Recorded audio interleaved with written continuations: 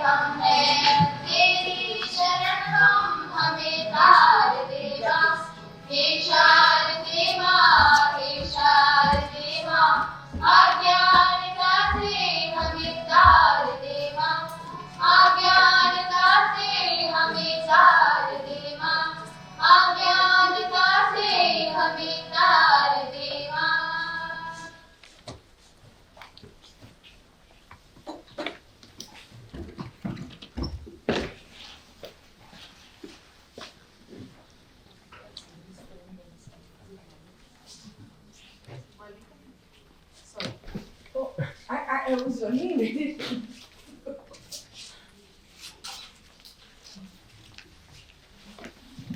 A very warm good morning to all of you. Dr. Amita Wattal, Chairperson and Executive Director, DLA Foundation Schools, Mrs. Malvika Rai, Chairperson, IILM, Professor Arvind Chaturvedi, Pro Vice Chancellor and Director, School of Management, Dr. Manisha Joshi, Dean Liberal Arts, distinguished guests, eminent speakers, participants, and faculty members. On behalf of the IILM family, I extend a warm welcome to each one of you. It is indeed a matter of honor and pride to welcome a galaxy of academicians who are shaping the lives of future leaders. We have chosen the topic, Redesigning Education for Sustainable Development into Action, for today's conference, as we realize that one of the most essential tasks to do in today's world is to ensure the sustainability of the resources the planet has, and at the same time to ensure the well-being of humans' life on this planet. I feel education for the sustainable development is a vision of education that gives students the knowledge, skills, attitudes, and values to become socially responsible global citizens and shape a sustainable future. Now I would like to share a brief introduction about IILM. Right from early childhood and commencement of educational journey to the conclusion with the highest qualification, PhD, IILM is a pioneer in delivering quality education which spans over 3 decades. The IILM's journey in primary and secondary education started with Banyan Tree in 1986. Today it has 6 schools across New Delhi, Chandigarh, Jaipur, Lucknow, Jagdishpur and Bhopal. More than 5,000 students currently studying in mandatory schools. Mandatory School Foundation launched Roshni Rai School as an afternoon school on its premises to provide free education to the children of the economically weaker section. The students of Roshni Rai School are provided with free educational kits comprising of textbooks and stationaries. We entered in the field of higher education in 1993 with establishment of IILM Institute for Higher Education at Lodi Road, New Delhi. Today now, IILM has 5 campuses in Delhi, Greater Noida, Gurugram, Jaipur and Lucknow, out of which Gurugram and Greater Noida campuses are the university with over 3,000 students and over 14,000 alumnus. In the area of technical education, IILM had started the IILM College of Engineering and Technology in 2002 with courses in BTech, MTech across various upcoming disciplines and existing disciplines. We offer comprehensive choices to students by giving them flexibility to mold their education as per their goals and passion.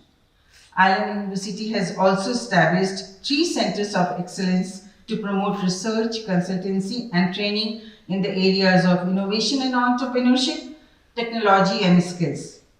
These centers provide a platform for academicians, industry professionals and students to interact and find meaningful ways to develop ideas, training, research and consultancy.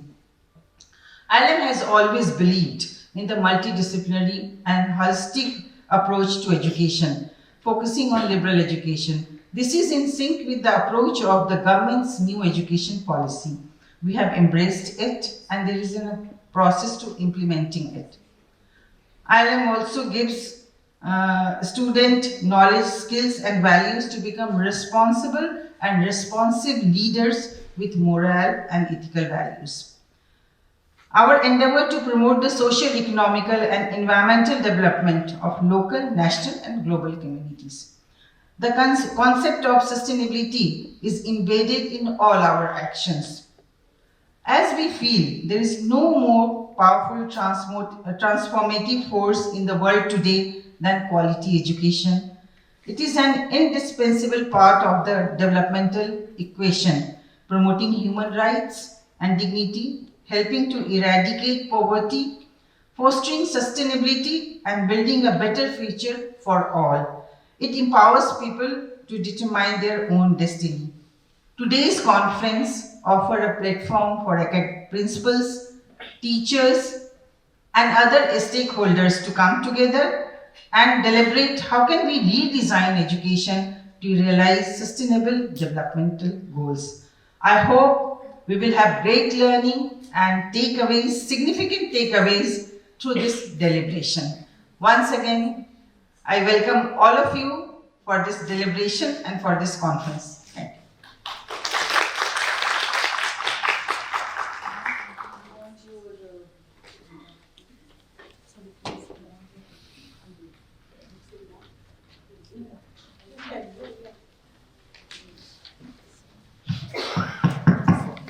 Good morning everybody. I hate to be on podiums and pulpits. Can you see me? Yes. Wonderful. What can I say, Malvika? You always give me an opportunity to hang around with friends. And there can't be anything better. Because I think when we are so like-minded and we come together, I think that is when learning immediately starts. And for people like Ms. Malvika Rai, who is a catalyst of change, a person who ensures that people should come together to learn together. I think that's one of the most fabulous things that she has. I've known her for more than over 2 decades and she has not changed. By not changing means in her journey of learning, she has simply evolved in so many wonderful ways. Let's give her a big hand, please. Thank you for being there. Thank you, Aarti, wherever you are, for all that you do. Thank you so much for all your help that you've been giving us and my constant engagement with you and all those who are here from the family of IILM. Thank you very much, sir. So with your permission, I'd just like to initiate this conversation. Oh, you want to introduce me? I'm so sorry. I'm Anita Vata. That's all I know. Okay, did I sort of break the norms? Yeah, as you Okay, wish. I'll stand here. Just to, actually introductions are very boring. The curriculum details should be circulated and not read. So just Google and that's enough. One line. Thank you. So, to gain more insights, we have a very distinguished speaker, Dr. Amita Vattal today. She is Chairperson and Executive Director, Education, DLF Foundation. Dr. Vattal is a former Chairperson of the National Progressive Schools Conference and Principal, Springdale School, Usa Road, New Delhi. She has worked in the sphere of education for over 3 decades.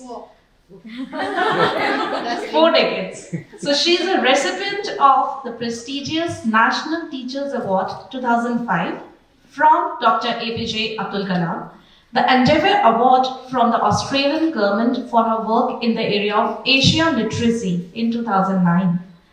Ma'am is also a member of the panel of experts at the Oslo Coalition at the Nobel Institute. She is on the UNESCO Committee in Geneva for Education of Peace and Human Rights. She is on several expert committees, both nationally and internationally, like member of the Council for National Council of Teacher Education, member of the Executive Council of NCRT, Government of India, member of the governing body of CBSE, member of the Delhi School Education Advisory Board, Government of New Delhi, member of a committee of NCTE to review certain regulatory functions, and a lead member in the Global Leaders Education Program, a 15-country initiative which is supported by CBSE. So once again, we welcome you, ma'am, and we request you to please start your. Thank you very much. Thank you so much.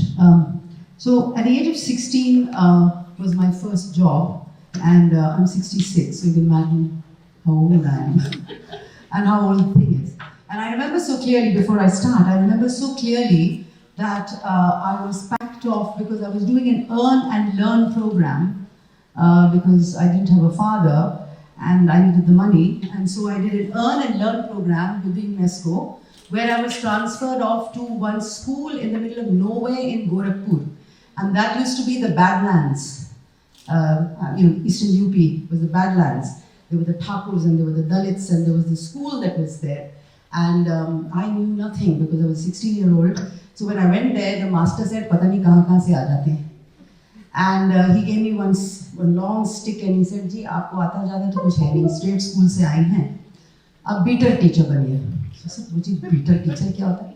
He said, "Baki teach karengi ya beat karengi." So this is what it's all about. In those days, it was a beater teacher and a teacher. There were 100 children in a classroom. Of course, I couldn't beat much.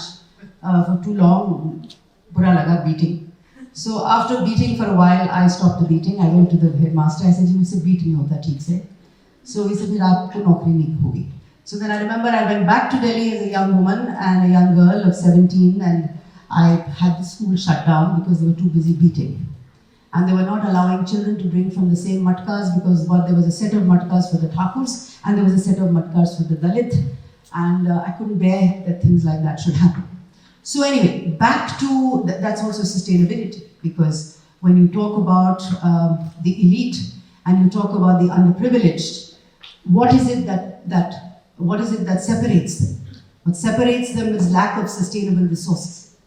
Otherwise, why wouldn't they be in the same place? So I think of a particular poem when I think of sustainability, and I'll get back to that before. But just for a bit of an icebreaker, I want to ask you a quick question, and you don't have to stand up and answer me. You can just sit and shout out. I want to know how many of you can. What is a natural element that you immediately associate with? A thing of nature that you immediately associate with, and that comes to your mind. Anybody? Yes. Would you like to say? Greenery, plants. You would, so you associate with plants. Why do you associate with plants? It just gives me peace. Yeah, could you give me your name? Shruti. Shruti. So Shruti feels that she gets a certain sense of peace through plants. Anybody would like to take that? Yes. Sun. So she has name please, as you keep saying. Dhriti. Shruti is peace, Dhriti is sun, and that is why the sun? Light. Light, power, warmth, energy, right? So Dhriti, sun, Shruti, peace through plants and sun. Anybody else? Yes, dear. I associate with power of nature. You associate with the whole gambit of nature. Yeah. Because, please sit. Yeah. And what's your name? I'm Meenu Bhai. Meenu, tell me. Yeah, because I feel, it's all free for everybody. Yeah, excellent. I like that. Give her a clap, please. She says it's free, and it is free. And, Poor to rich, the sunlight is free, everything. So it's so sustainable. Yes. Because it is equally distributed. So that's a powerful statement that Meenu, right? Yeah. Meenu has made. Excellent. The power of nature. Somebody at the back wanted to say something. Yes, love, please. Fire. You associate with fire. What is your name? Aditi. And Aditi, why do you associate with fire? The light and the power. You feel there's a certain light and power. You don't feel warmth? Yes, of course you do. Anybody else would like to speak? Yes. Moon? Tell me. Because it's very calm to look at. Very calm. Have you been on a honeymoon? No. Okay. Right. And what's your name? Purvi. So Purvi loves the moon, and I'm sure Purvi has a very deep romantic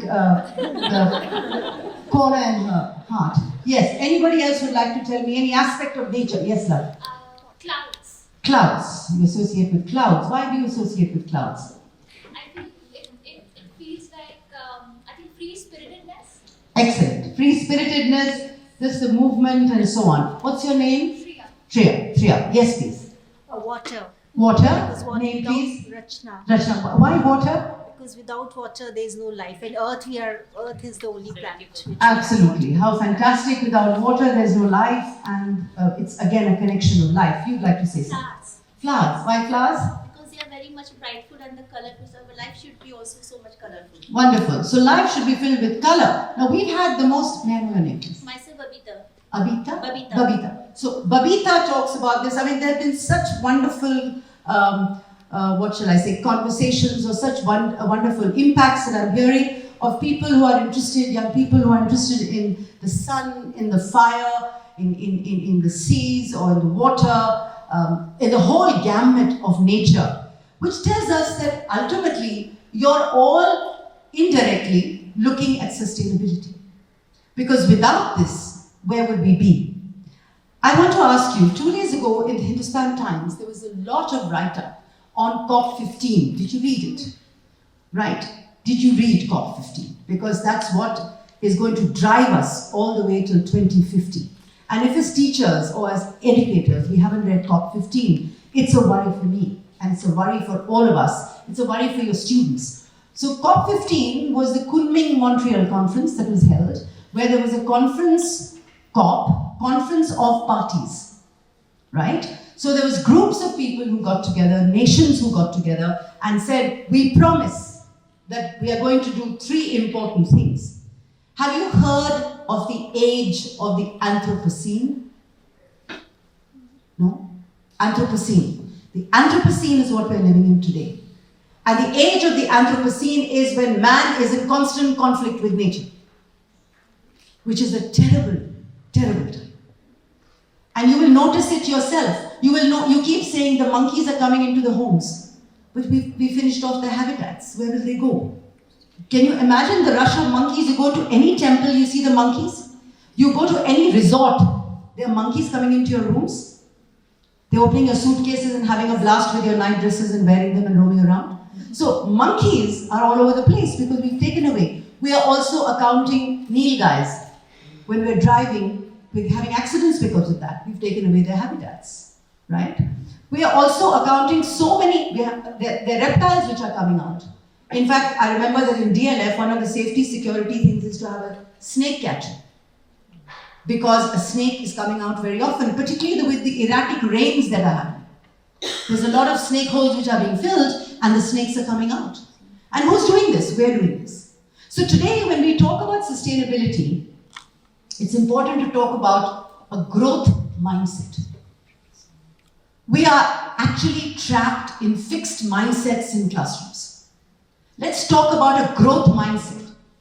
Have you read a book called The Edge of Darkness by John Conrad? Try to read that book. Now let me tell you, it's a sort of a semi-fictional novel. It was quoted in the COP conference by the representative of Namibia who was retiring and who said that all these United Nations conversations don't get anywhere. And he said, the colonizers who colonized Congo were the Dutch. And they chopped off the hands of those people who wouldn't tap the rubber in the trees and take out the rubber. And he says, till today, we are suffering because of what the colonizers did to our people, because they said, please leave our rubber trees alone. How much rubber will you rape from the trees? We're still, and today in many ways, we are also still paying for a lot of our sins because we were colonized, as is so many African nations, because we were completely ripped apart by the colonizers.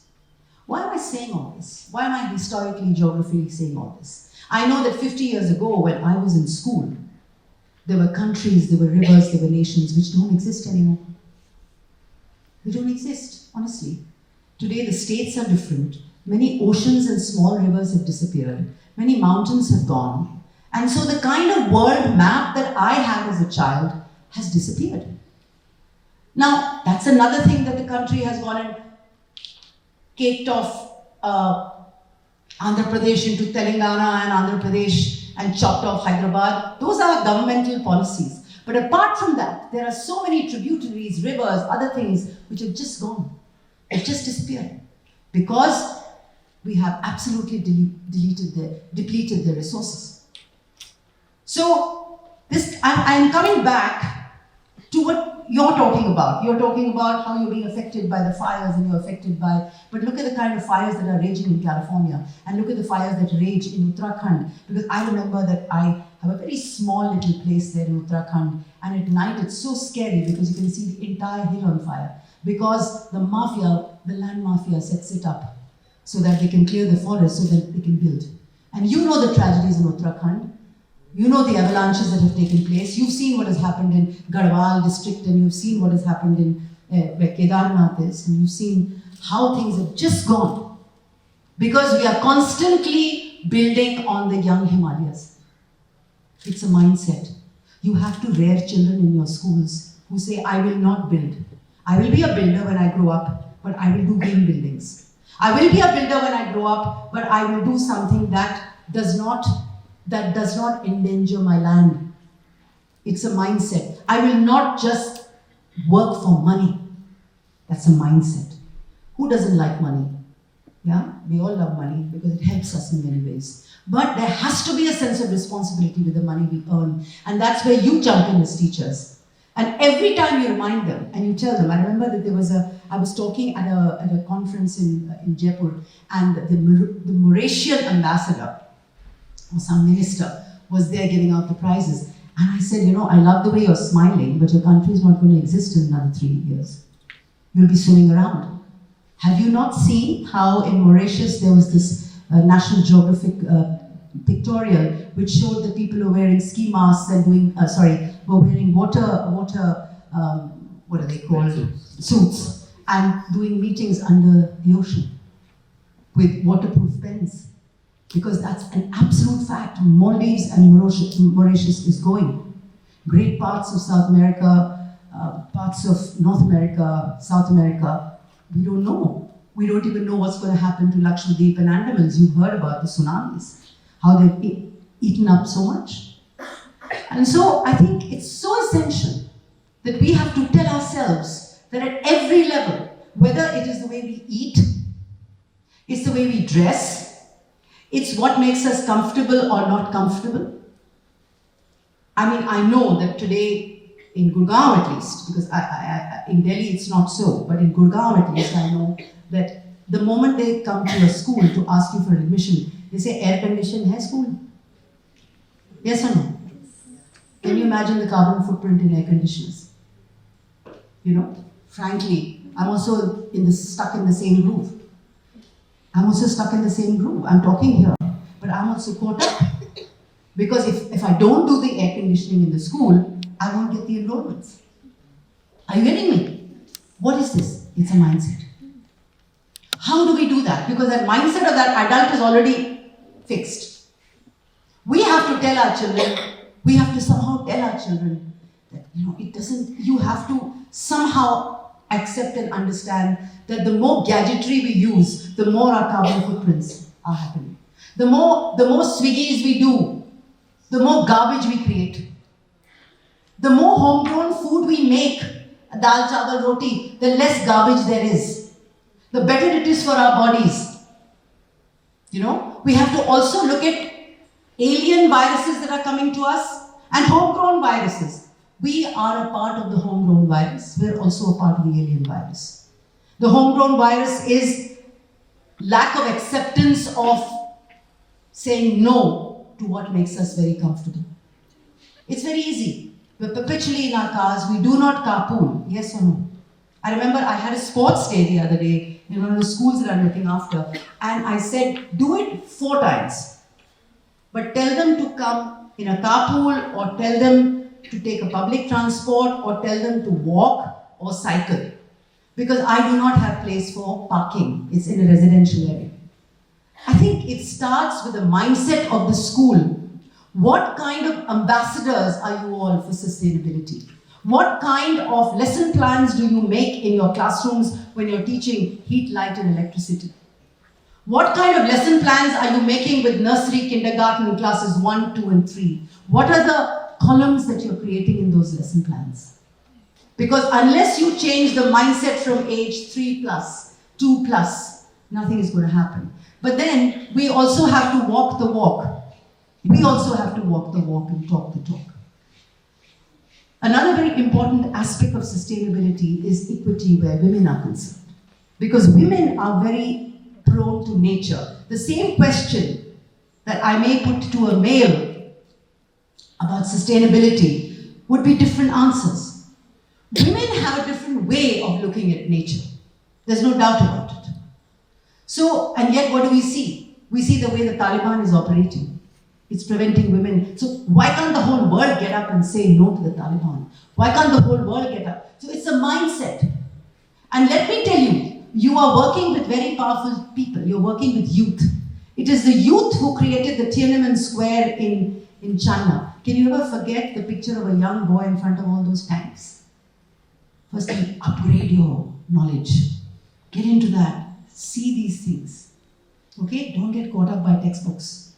That picture of that young man standing in front of all those tanks, right? What power. The Arab Spring was all young people who did that. It was all young. The greatest revolutions in the last century have been started by young people, which means that they are ready. The highest amount of NGOs have who working in them? Young people. You have a very ready-made group of people who are looking for change, who are looking and who are ready to be the Jhola people. They're ready to be that. They're ready to say no to a lot of gadgetry and stuff. So work with the young. Work with the absolutely young and change their mindsets, or we'll all be under the water at some point or the other, in some way or the other. And so for schoolrooms, you tell yourself, I'm going to go back and look at my lesson plan and say, what kind of a lesson plan am I going to make? And am I going to adhere to it? Do that. It reminds me of a line. When all the laughter dies in sorrow, when all the tears have risen to a flood, when all the wars have found a cause in human wisdom and in blood, do you think they'll cry in sadness? Do you think the eye will blink? Do you think they will curse the madness? Do you think they'll even think? When all the great galactic systems have sighed to a frozen hope in space, do you think there'll be remnants of beauty in the human race? Do you think there will be a vestige of a sniffle or a cosmic tear?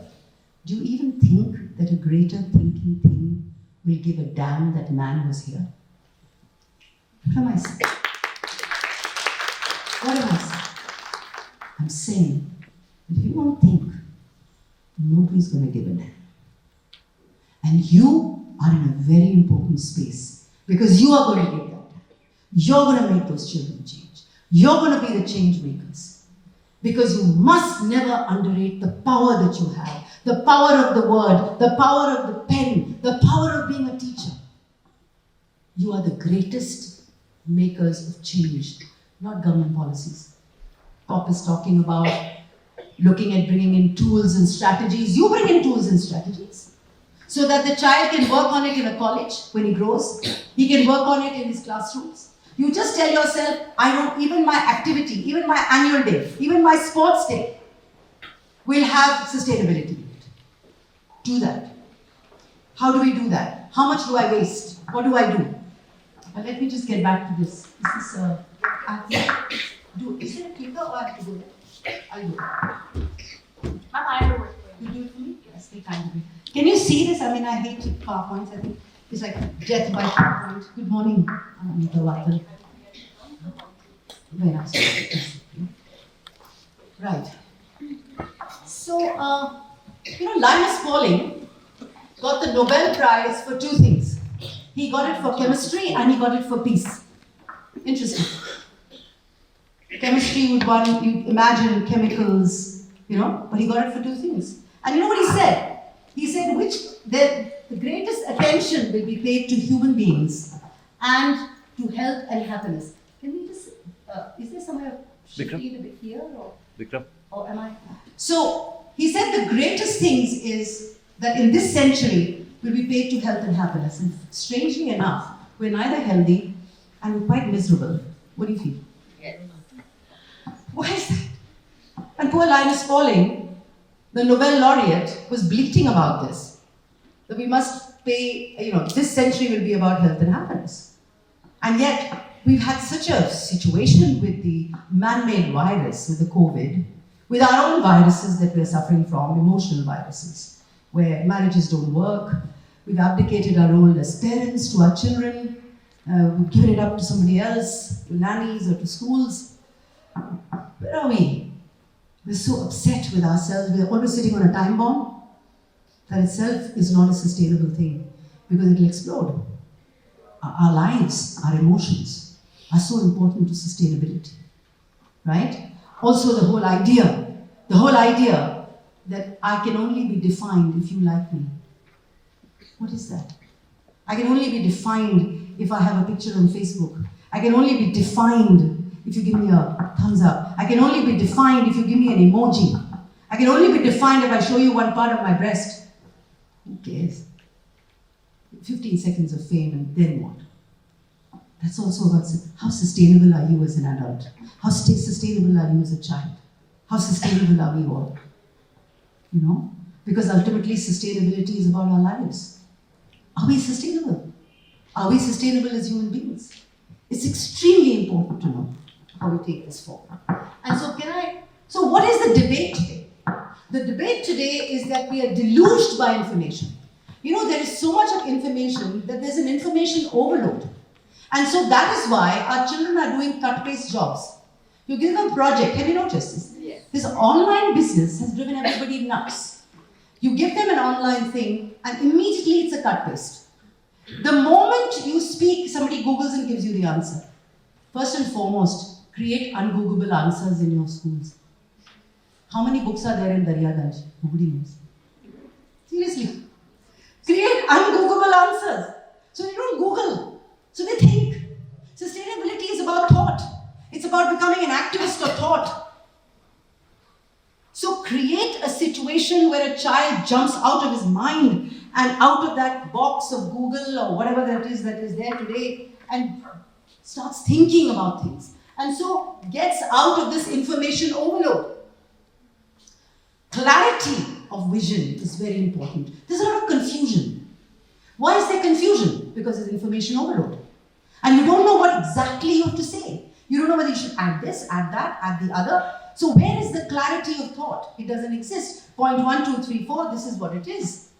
The clarity of thought only comes in when we mark those board examination things by A, B, C. Some coaching center gives it to us. The third thing is climate change we talked about. That there's such intense climate change, it's unimaginable. Do you remember the rains in the middle here? It was chaotic. I mean, I couldn't imagine the rains in the middle of something. The heat is absolutely mind-blowing. We're getting into 50 degrees. The fires that are happening all over the world. I mean, Andaman Islands, Lakshadweep, across India there are such huge things. It doesn't stop raining anymore in Bengal. I don't know why it's happening like that. Such difficulties are being faced due to climate change. So how do you, it's all about coping and adaptability. But you don't cope because for the simple reason is, if you move a child from class 6A to 6B, the parent comes and says, oh my God, you've committed a crime. That's the problem. You are culprits. Because my child is going to finish off. Her life is over. You moved her. No. Is that what it is? I mean, for God's sake, what kind of people are we raising? Who cannot cope with anything. And we are partners in crime. We're doing this. As mums and dads, we're doing this. Chodo, koi baat nahi. I mean, I've never seen so many people fainting in assemblies.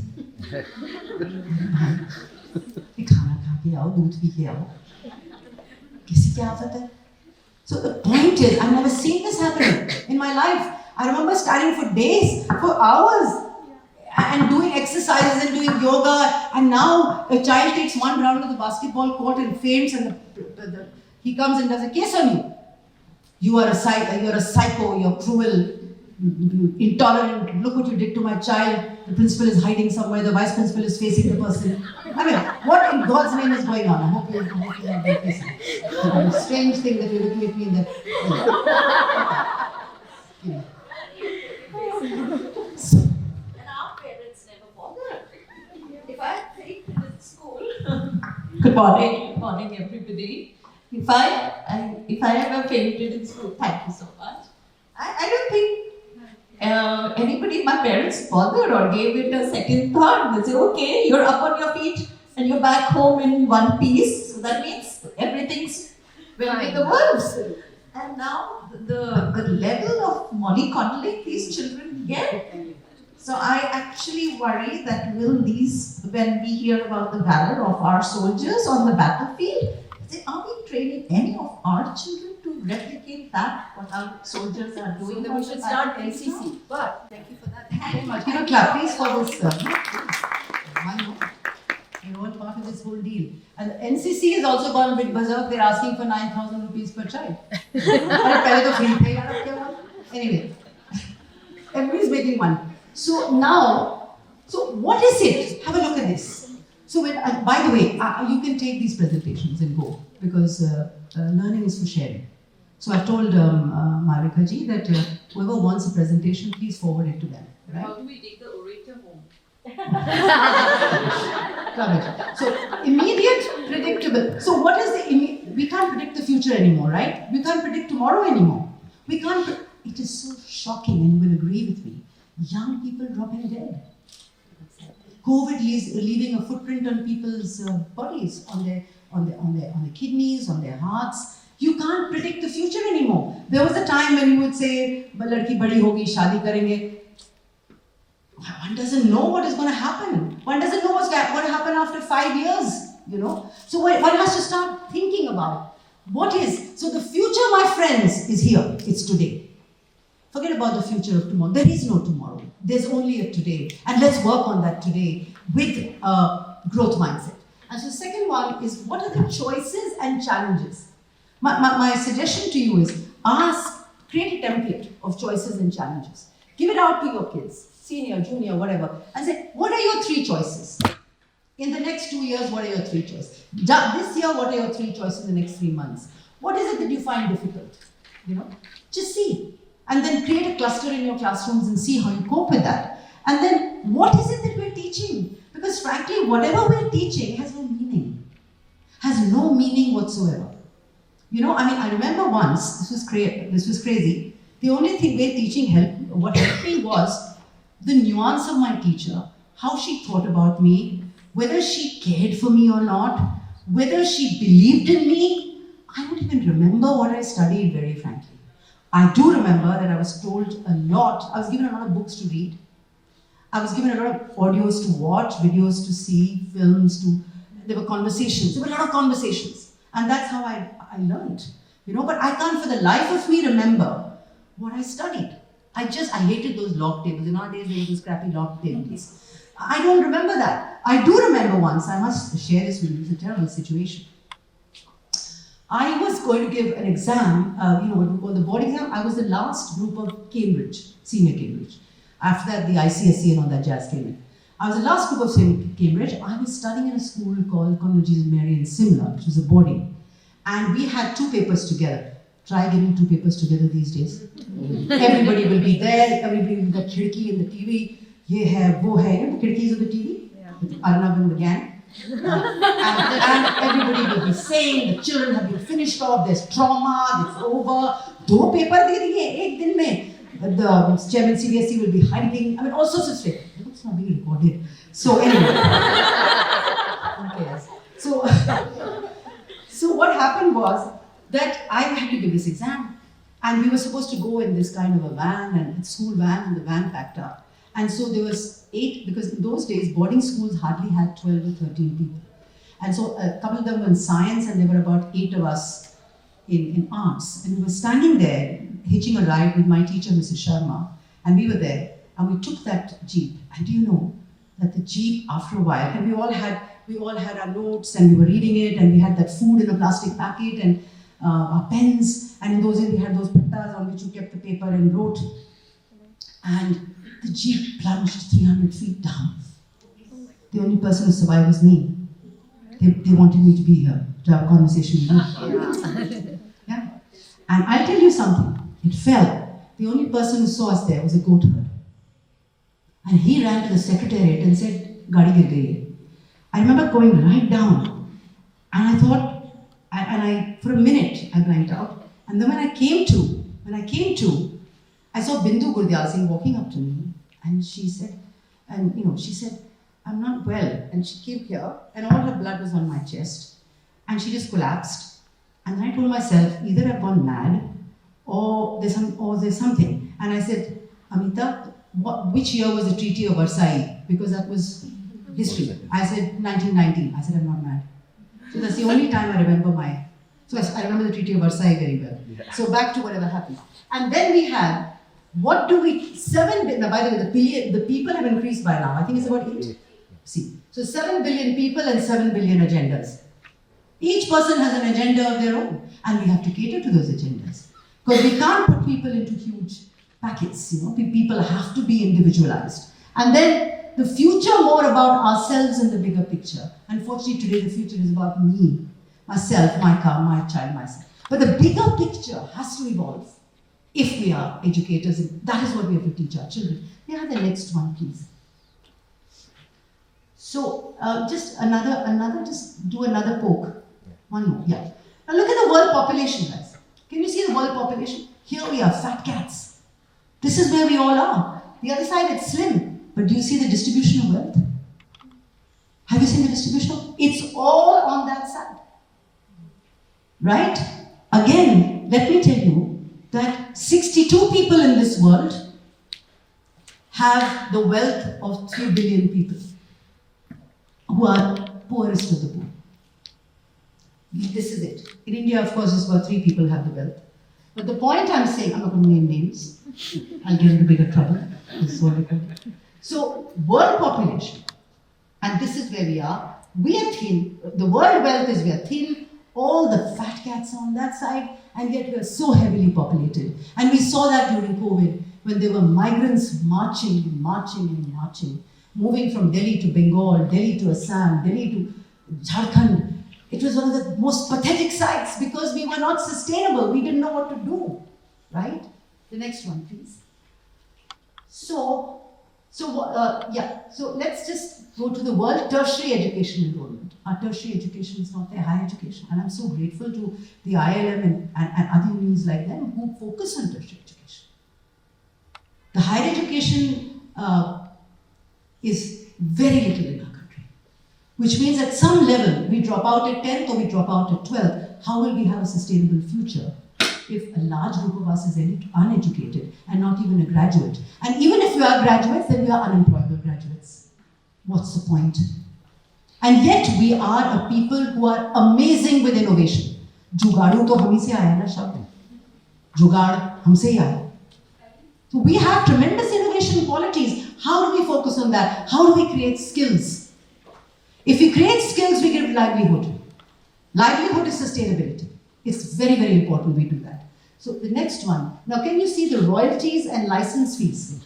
We don't have so many royalties. All the royalties are towards the West. The license fees are with them. We are just making things for them. That is why perhaps the government is talking about Atmanirbhar Bharat and so on. Atmanirbhar Bharat is excellent. But the thing is that we don't just have to get stuff here and assemble it. We should create it. It's important that we start the creation. Because even today, a lot of parents tell me, and I know it's a fact, that research is not good. If you really want to research in medicine, if you really want research in engineering, if you want research in management, you have to go abroad. And let me tell you, there couldn't be anybody more patriotic than me because I happen to be the daughter of a war hero. And I'll never leave my country. I've had so many chances to go, but I said, no, this is my Janam Bhumi, my Dharam Bhumi, and my Karam Bhumi. See? So, but I know the reality. I'm not going to run away from the reality. This is where we have to work. We just don't talk about the reality. We work towards the reality. And so, that is why we're getting an opportunity of creating entrepreneurs. The moment you create an entrepreneur, you have a license. The moment you create entrepreneur, you have wealth. So create entrepreneurs, which means create people who will think out of the box with ungoogleable questions. That's how you will create an entrepreneur. Otherwise, what will they do? They will just copy. And a copy is never as good as an original. So let's come back to, now can you imagine that the toy exports, now we've stopped it. If you remember, even the Rakhi and the Ganpati comes to us from China. Ridiculous. They're brilliant. Our flags are coming from there. And yet, we see what's going on here. That's a huge part of China there. So why are we consistently serving the developed world? Why are we doing that? Because the developed world is now moving all its Apple and this and that, everything towards India. So I think it's essential that the way that government is planning out its new policies, I'm sure that they're going to serve us. Things are changing. The way that India is being looked at is changing. I'm sure they are going to make a difference. They are going to change. We are going to change them. Definitely. We will stop this servitude of the Western world. You know, because India is fairly sustainable. We still have a lot of acceptance for nature. You know, so we have to really move towards it. The next one, please. So what India needs to think about education? By 2030, we will be perhaps one of the youngest populations in the world. But let me tell you, it's interesting, I don't know if you're aware, that the smaller children are disappearing. Yes. People aren't having children. And even in the villages, people are just having one child because they're mobile, they're moving. Now this is scary, because then we will also become a grey population. And the population that is going to be really young is the Africans. The Africans are going to be really young. And they're going to, the South Americans and the Africans. India is aging. But India is at a very important tipping point as far as sustainability is concerned, because its youth are still there. Can you imagine what power you can give to students from 6th grade upwards? Because they're there and they're going to make a change. This is the most important part, 6th, 7th, 8th, middle school education, which is neglected greatly. 9, 10th, 11th, 12th gets into the board. We're all doing ha-ha, he-he in nursery to class 5. 6th, 7th, 8th, we tend to ignore. They don't have a life, I think, sometimes. Important to focus on 6th, 7th, 8th. Very. And so, let's look at this. Let's look at how we energize our middle schools. Please, very, very essential. The other day, I've been placed on a committee where foundational years, the NCF, the National Curriculum Framework, which has come up now, they're looking at how do we look, those of you on CBSE will be getting the circular soon, along with the 30-page document we've written out, of how to function in a foundational years. And foundational years is 3 years, pre-nursery, nursery, kindergarten, 1 and 2. That's 5 years. Nobody's bothered about the middle school still. Though the NCF talks about the middle school, please you talk about the middle school. You get into the middle school. You look at the lesson plans of the middle school and you work them out. I'm very well. How are you? Please.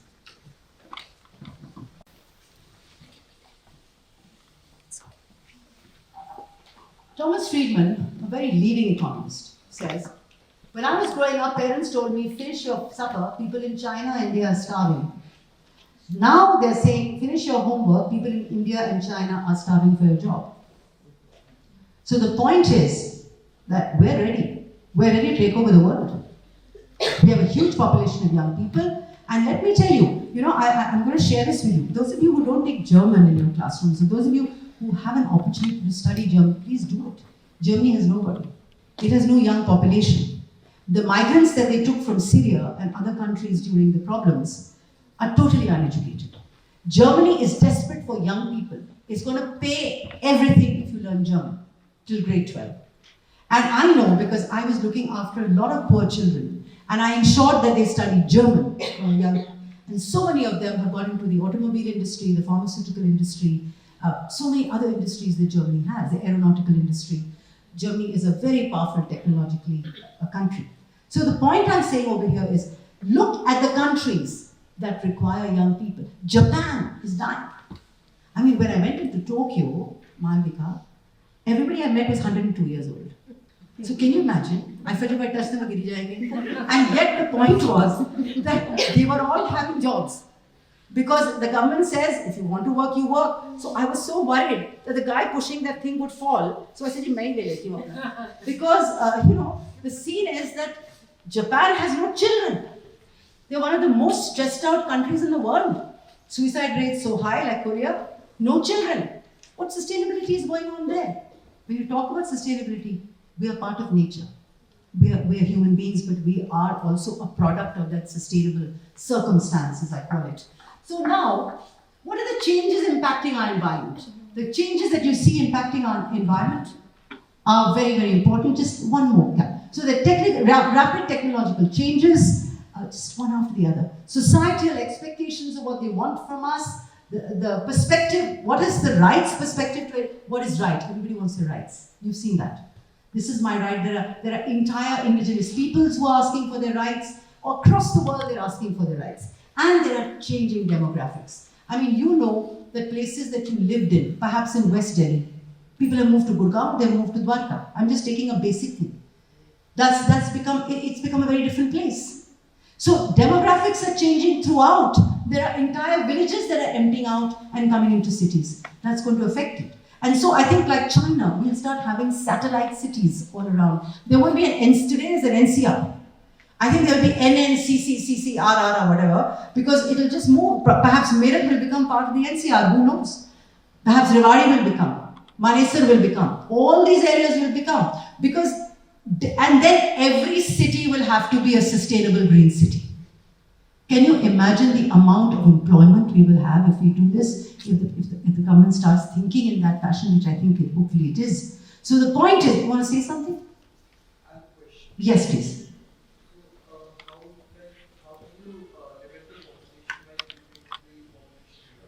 There's no need to limit a population. The population, if you ask me, our population is it's great.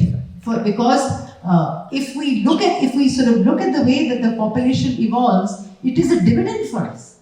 Because there's so much going to happen in the world today in place of construction, in place of greening, in place of environmental development. We'll need young people. And as it is, the population, in a sense, I told you, is diminishing. Because the younger lot are not there so much. If you just read a bit, you'll find out that there are less children being born, and so there are less people in the category of 0 to about 8. Whereas at the middle level, you have a fat stomach, Then you, of course, you have an older lot who are aging, and because of medicines, they're there.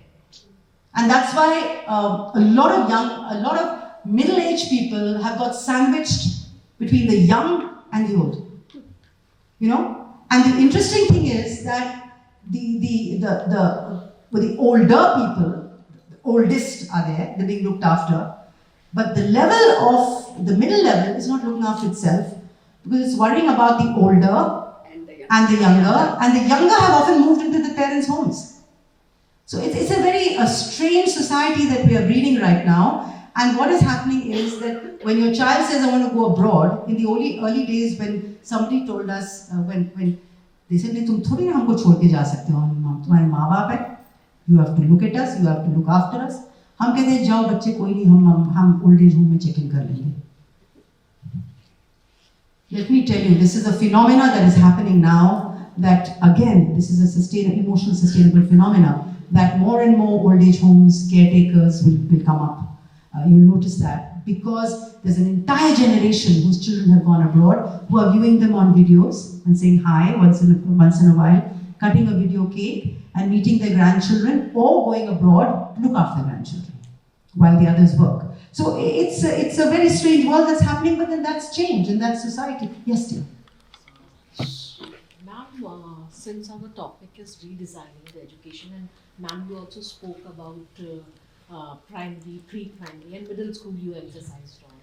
So this is my concern also, and I would like to learn also from you that we talk about creating entrepreneurs, like youth converting into becoming entrepreneurs. But what I feel and my concern is that right from the pre-primary and primary and middle school, we do not focus on creating learning entrepreneurs. Like children are not getting freedom to determine their own learning styles. Like, we confine them with a set of examination tools, pen and paper test, or various projects we give them. But how to create a learning entrepreneurs? Because I've read one article, before we go for expect children to become entrepreneur, it's important to give them freedom to decide about their learning styles. So my concern is that how to bring that in the school environment and change the mindset of the curriculum designers and the one who makes the question testing tools or evaluation tool, how to change their mindset to help the children to become entrepreneur right from pre-primary. So that may I know your name? Sanjana. Sanjana, you just answered your question. Because you're the one who's going to make those questions. You're the one who's going to make the curriculum. Because frankly speaking, who's restricting you from nursery to grade 8? Nobody's restricting you. Nobody's restricting you in how you teach in your classrooms. Nobody's restricting you in what activities you should have. And I'm sure that your principal is not saying, if you don't do this, I'll hang you by your eyelashes, which is a very painful death.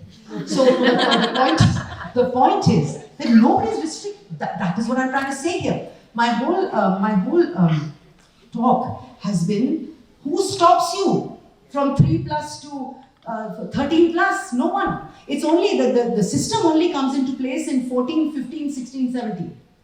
And by that time, frankly, you're creative. Because experience is everything between 3 and 13. Learning is 3 and 13, rest of it is experience. If you have the power and you are your own master in your classroom, nobody can come in. Let me tell you, you're more powerful than the principal. Because the children look at you, they focus at you. You're the goldfish in the bowl. So the point I'm making is, if you have that kind of a power, if you are that kind of a person, what do you need? Others to guide you. You said you read, I'm happy that you read. Create these curriculums, it'll be fabulous, right? So I'm going to thank you for that question, because it is an important question and I'm glad that I answered it.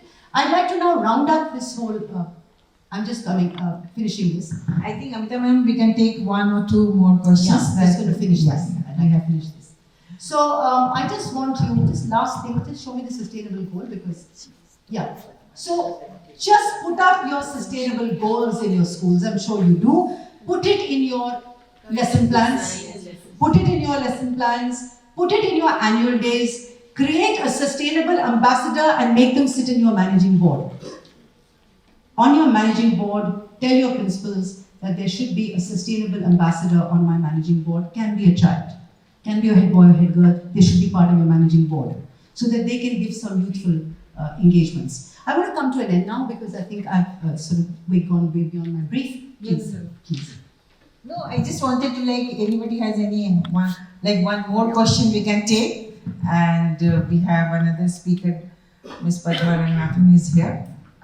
So the mindset of parents also need to change. This is what I have been told whenever I go somewhere, that yes, principals are ready to change things, but because of the pressure of parents, they are not able to. But shall I tell you something? This is a very good question. But the whole of the say no to fireworks and say no to plastic happened because of the children of Delhi, not the parents. So let's not get into the mindset parent. Keep them involved, keep them engaged, but change the mindset of children. They will change their parents' mindsets. Yeah? Yeah. So any other, and I don't want to take away from my speaker. So I just want to end it with just telling you that it's not easy to be a teacher in today's climate. It's a very, very difficult situation. But who said teaching is easy? It's not. Because you're changing the whole lives of people, of young people.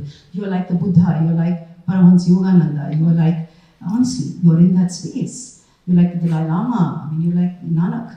You're in that space. But yet, those people had no documents, they had no chalk, they had no blackboard. They changed the lives of millions. And they did not change it through a religion. They changed it through a way of life. And so it's the way of life that you bring into a classroom that will make you change. Thank you very much, and God bless you. thank you, Dr. Amita. Actually, what I felt, I was sitting there, her words not just conveyed some message to us, but it actually touched our heart. Emotion, the way we will deal with our students, our even not students, because we have faculty and teachers, our kids at home. That is very important. Thank you. Amita ma'am. There are a couple of things I wrote and I wanted you to have it. And I was just thinking that if you could just distribute it in my absence to the others. One of them, some of those who've taken it already last time, let it be, because they're recyclable and they'll be, so be a good sustainable person. Right? We have good number of principals available here. So they're footprints, and I've written things behind this. It's about how today is the climate for change. Please read it. And so may I leave it with you? Yeah. So sure. I think these are 10. This is a print. They're all 10. The footprint. This is a 10. How many people are in this room? 10, 20, Don't worry. 30. Manage? Yeah. About 50. 50 odd. And I'm giving you this for the new year. 20. No, I'm so happy that, and this is 50, I think, and this is 50. So have a great year ahead and Merry Christmas.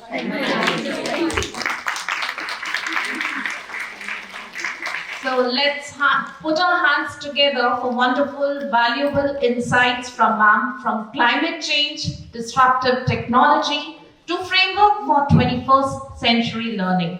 I hope we all have great learning and significant takeaways through this deliberation. I would like to request Malvika ma'am to felicitate ma'am with a token of respect. So may I read this COP15 newspaper cutting, and maybe you could photocopy it and give it to the others. It's important we understand. Scan it? Yes, scan it. There's a whole lot of stuff in that presentation. Maybe you could see it and think about it. It will circulate it to everybody. I'll be happy.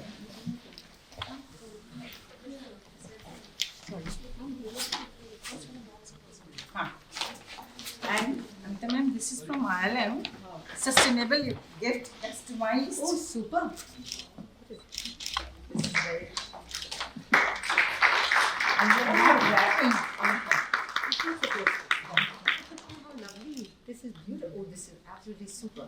You know, this is, they made these gorgeous envelopes, and I'm sure it's all recycled, knowing you. And this is beautiful. And this has got my name to it, so I'm feeling very hip. Wow. This is super. Thank you so much. So thoughtful of you. Thank you very much. comes under the guidance of Malvika ma'am and So,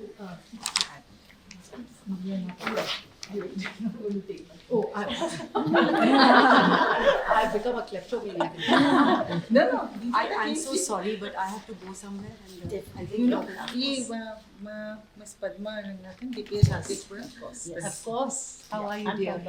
Yes, I know. Yes. You were, I seem to have met you at some point. Serious. Yes. Don't we all converge? Yes. There only. Yeah.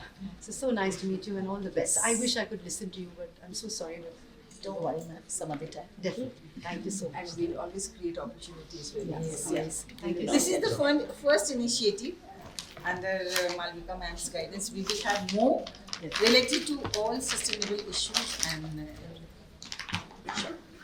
Please. Thank you. Thanks, bye. Thanks, everybody. Thank you.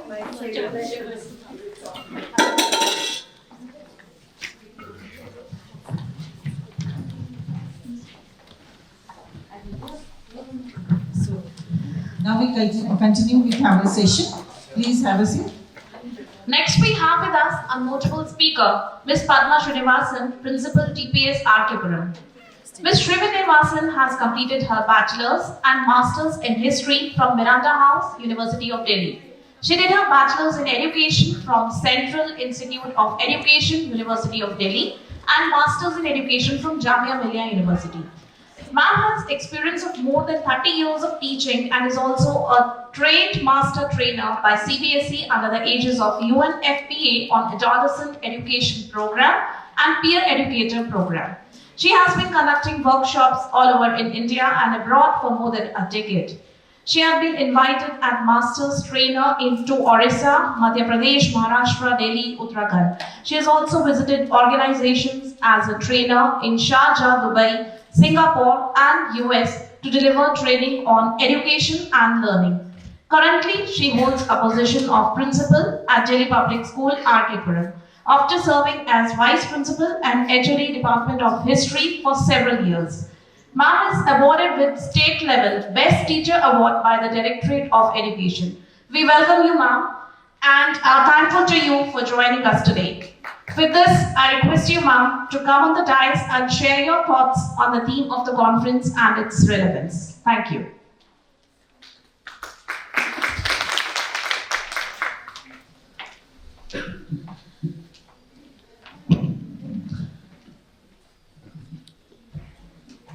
Good morning, everyone.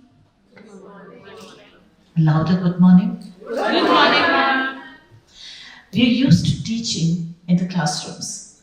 So, once a teacher, always a teacher.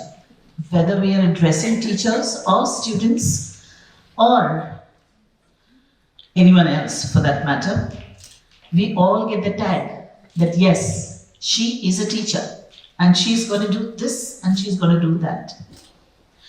To some extent, this is true.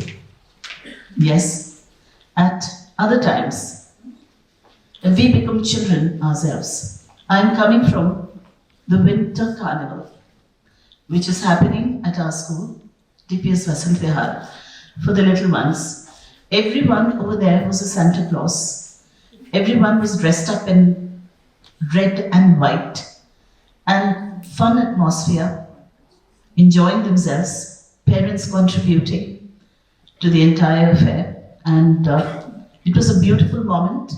I've just left it because I had to come here. And I'm sorry, I gave jitters to a few people who thought that I will never reach here. No, we had timed it well and we knew that we will be able to reach on time. And of course, I have to go back from here also early because there is an annual day celebration which is happening at DPS east of Kailash. So we have 3 schools and 3 different activities happening simultaneously and one more here. So a lot of things happening all the time. We all know that this is how our life is. Doing a lot of things, packing up a lot of things, and we are doing it all the time. And we are doing it for the sake of the community that depends on us. to keep on keeping them active all the time. Today, the mandate which is being given to me is to speak on digitalization and inclusive education. This is a topic that we have worked on. We've been working on, in fact, Kanika is here with me, she's our counselor. And we've been working on it for producing a kind of a journal for CBSE. CBSE has come with a kind of a handbook on how to ensure inclusive education at all levels of school education.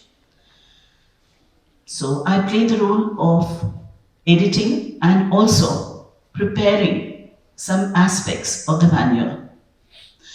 And Kanika did a few other aspects of the manual. We had a number of principals and teachers from various schools working on this project. And I'm sure it is available for all of you to go through as well. It is a very detailed one in which every aspect of inclusive learning has been discussed.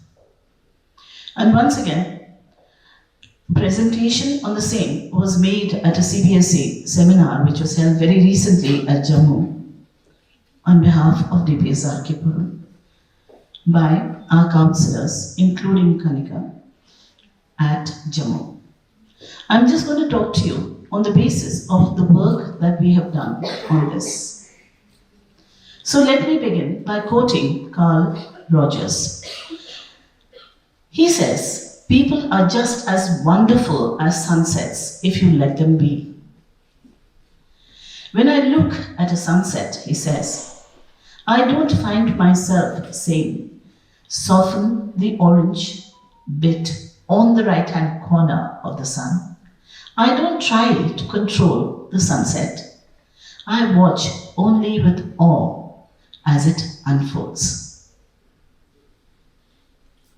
Inclusion, when we talk about it, it is not tolerance.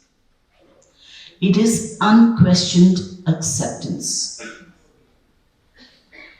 Every child is a beautiful sunset in search of a perfect shade of their own sky, and that is where we step in. We can help them unfold their hidden potentials by allowing them to feel and to see and to hear them. And we also give them acceptance where they require, especially in the classrooms. We need to continue working actively towards creating inclusive spaces for children wherever we can, so that they can grow and be happy. Without inclusion, if you really look at the child, if that particular child needs to feel included, the child is going to remain unhappy, restless, and is not going to be able to cope up with whatever that is happening, even the smallest of activity in the classroom or elsewhere. So inclusive education lays down the foundation of an inclusive society, which means accepting, respecting, and celebrating diversity.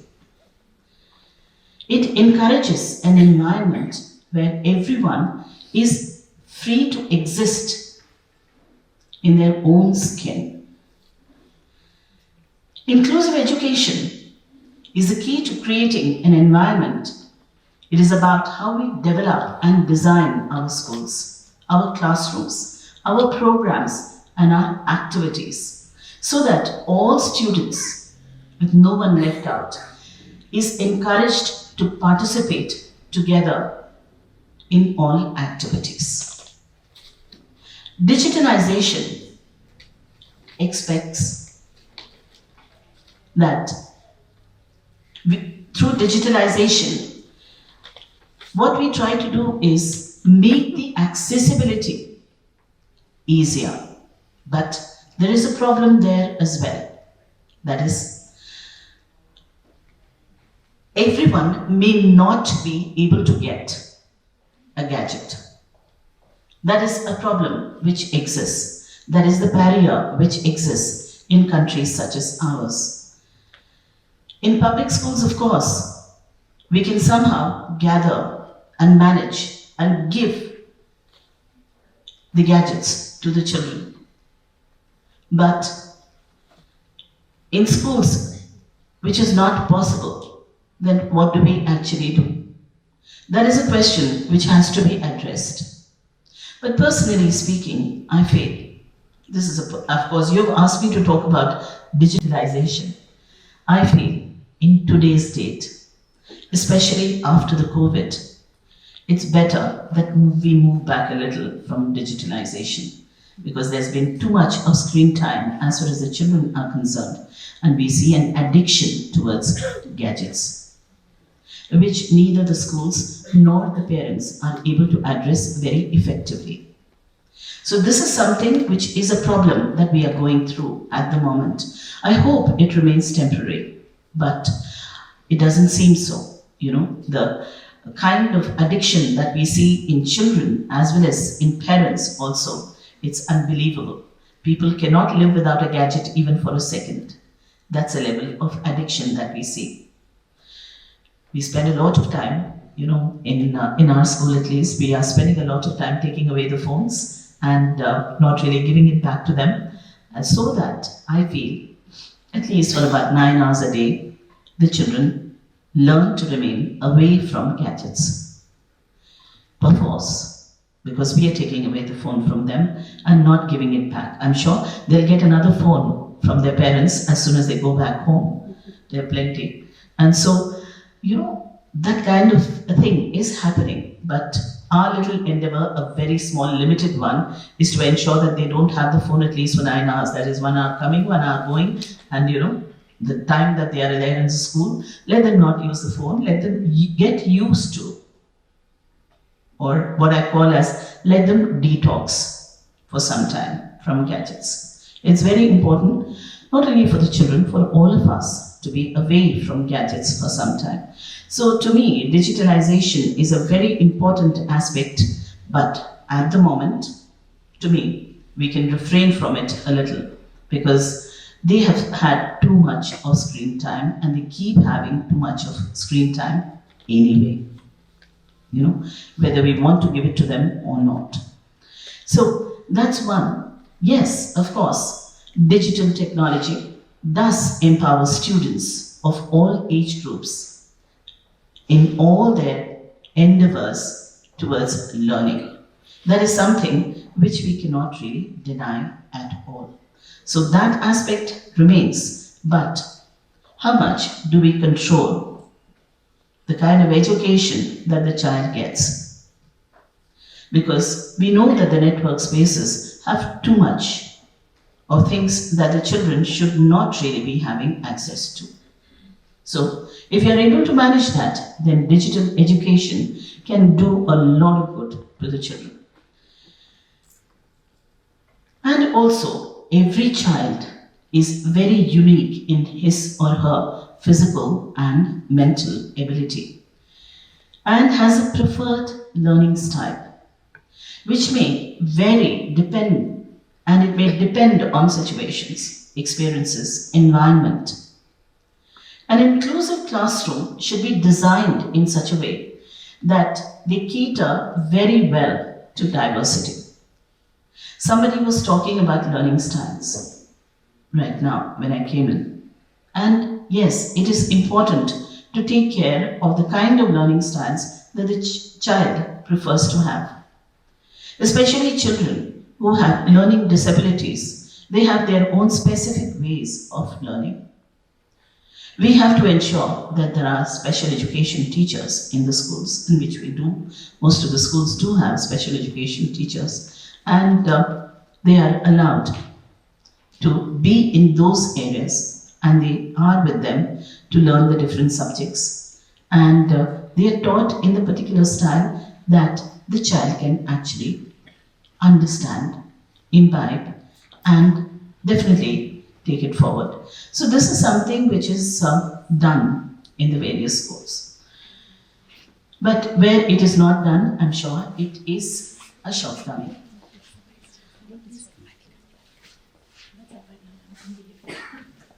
Apart from that,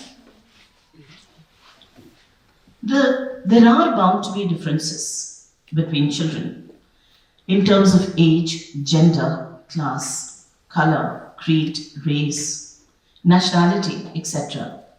And of course, unique abilities. All these various aspects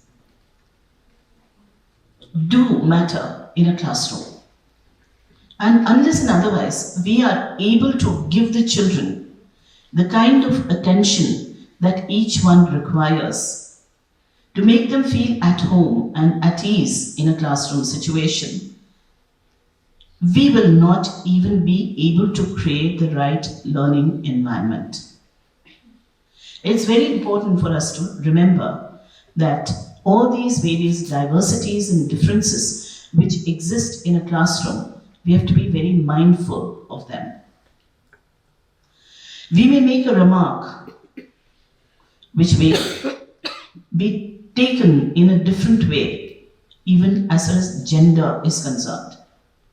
We may not even realize while making certain remarks. And the child may not really take it in the right sense. There are so many things that we tell the children in the schools. We talk to them about their uniforms.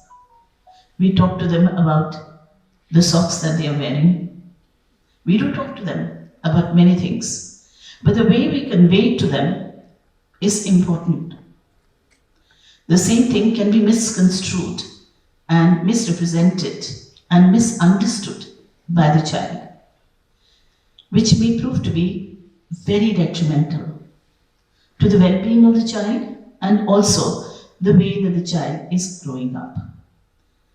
It's very important for us to mind our language when we speak to the children. Most of the time, we think that children are people to be taken for granted. We take them for granted. We feel that, yes, these are young ones to whom we can say whatever we want to. It doesn't happen. These children today, they think a lot. They have so much of exposure that they can interpret many things rightly and sometimes wrongly because they are immature. They do not know what is right and what is wrong. So it's very important for us whenever we give instructions, especially if you want to have an inclusive school, any instruction that we give, we have to be mindful as to how this instruction is actually conveyed. To give you certain examples, even teachers, after so much of grilling and training in POXO, they still do not understand that certain things are not done at all. They go ahead and do something and they get themselves into trouble and the whole school is in trouble. First thing, the principal is in trouble. So I keep telling the teachers that we are together everywhere. Whether you like it or not, I'm your shadow standing there. You get yourself in a pit, I'm there in the pit along with you. Because you will not be arrested, I will be arrested first. You'll be the second one to be arrested. But I will be the first one if you get yourself into trouble. So we are all the time alert about it, and it's very important for all of us to be alert about many things if we want to actually get into inclusive education system. Every day is a learning experience for all of us as principals that, something somewhere goes wrong. It may be a driver speaking to a child. It may be a conductor. It may be a sweeper looking at a child in a particular way. It may be a teacher who has reprimanded the child and the child very, takes advantage of that situation and puts the teacher in the dock, by saying that, no, this is not the way that this was said to me. This was the way that it was said to me. So you're all the time in the dock and you're all the time trying to find out what has gone wrong and how things can be rectified. So this is something which we are doing on a day-to-day basis at the school level.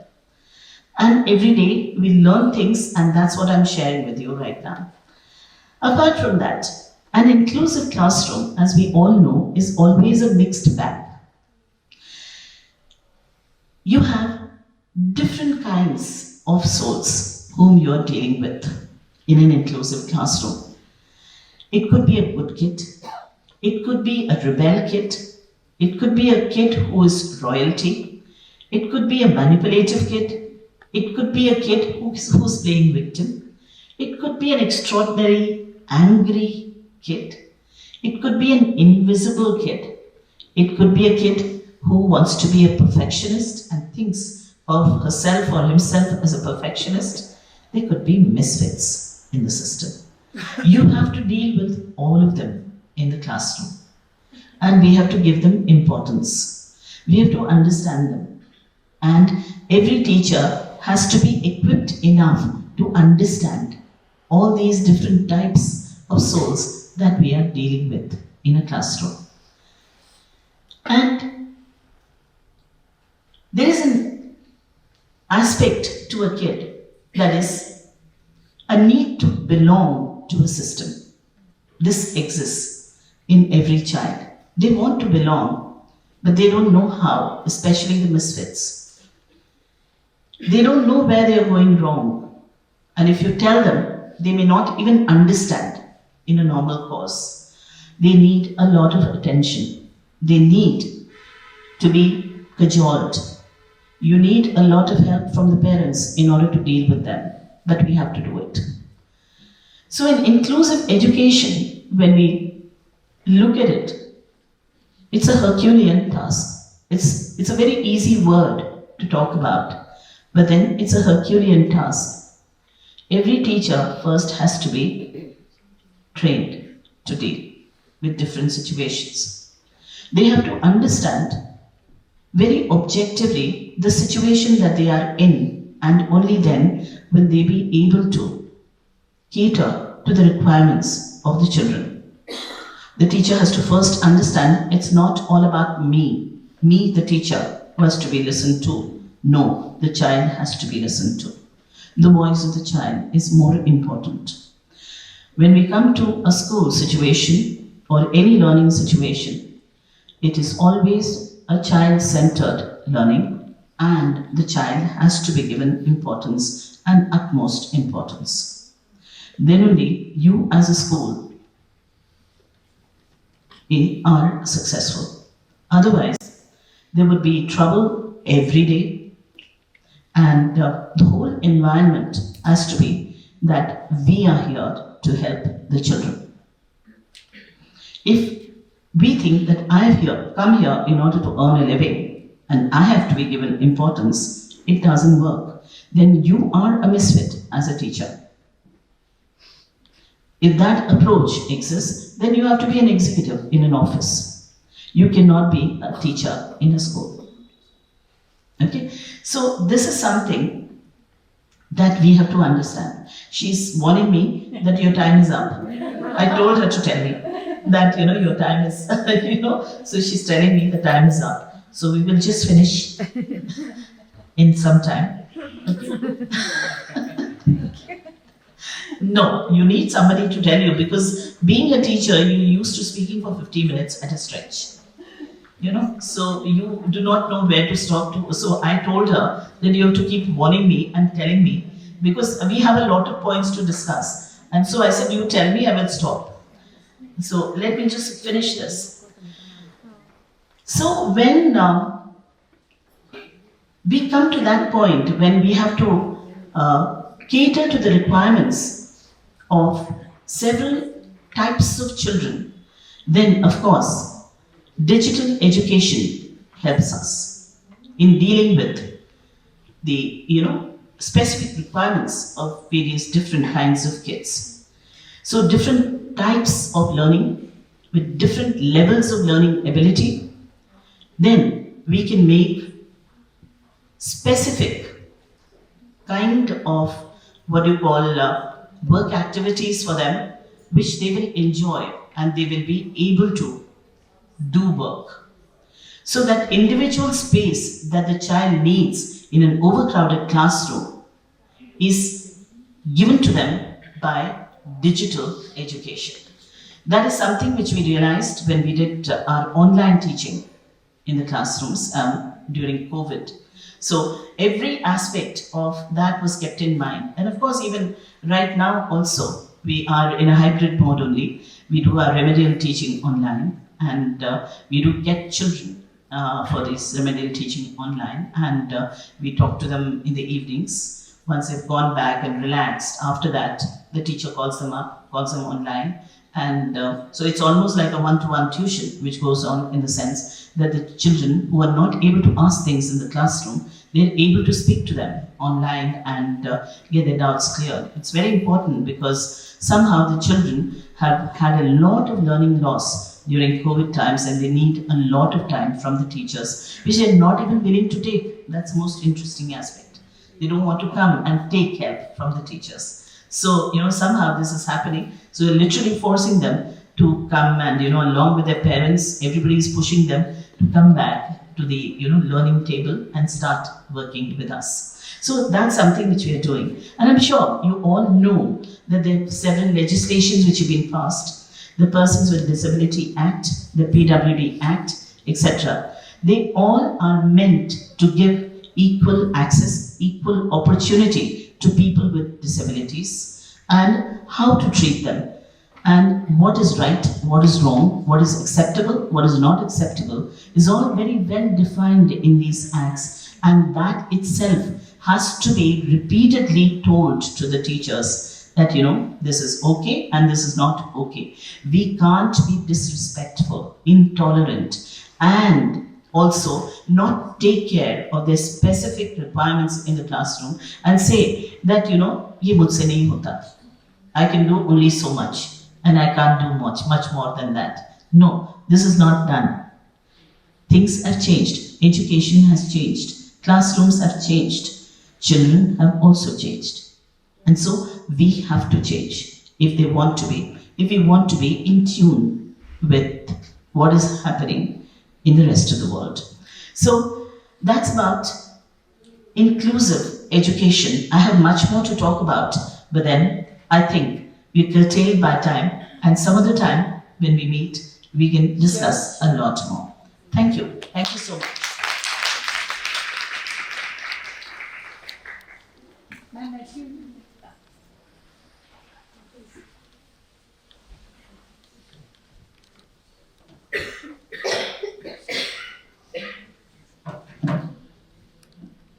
I'm supposed to give you a vote of thanks.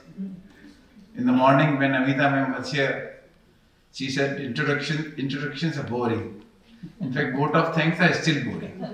And therefore I'll be very brief. First of all, let me thank the chief guest who is not here now, Dr. Amita Water. She beautifully described the redesigning objectives in the education.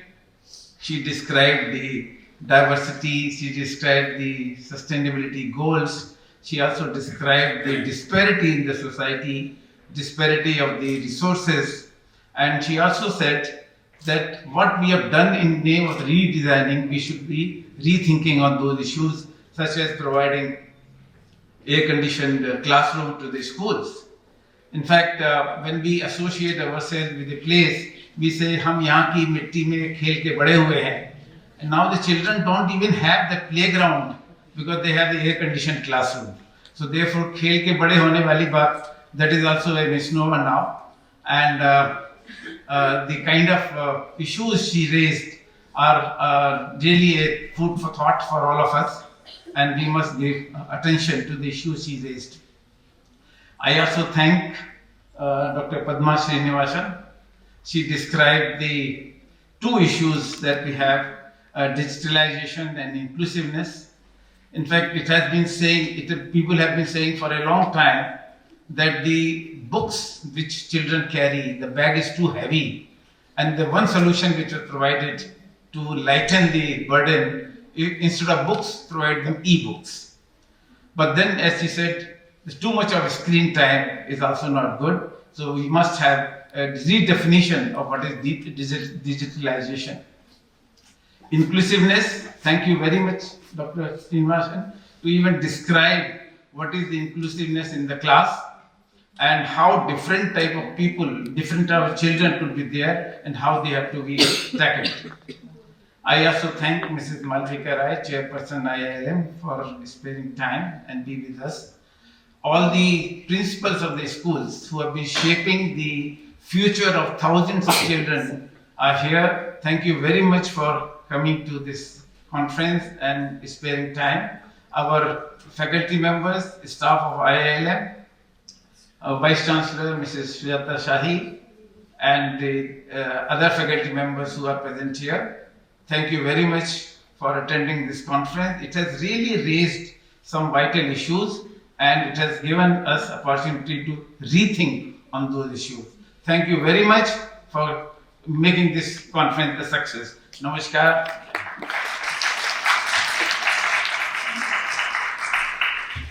Thank you, sir. Now I request Sujata ma'am to kindly felicitate ma'am with a token of respect.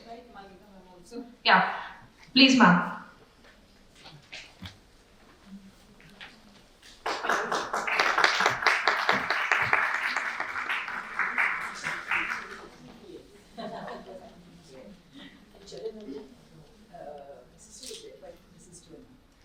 She was again like Amita, a very, very good friend. And I always respected her. Always learned. And just to give the time. They brought back memories. I'm sure. I've worked with her for a long, long time. Got back to her. Definitely. She was here with us for the 50-year celebration. So just had our 50-year celebration. So she's there.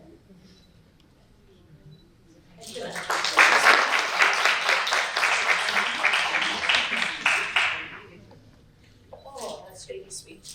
That's sweet. Thank you so much. Thank you for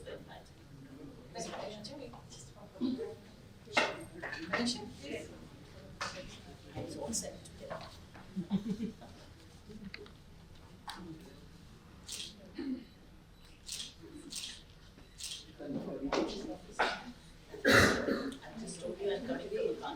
Yeah, I know it's end of the year. Yes, yes. So I still thank you for taking out time. And next time again, we will organize the follow-up session.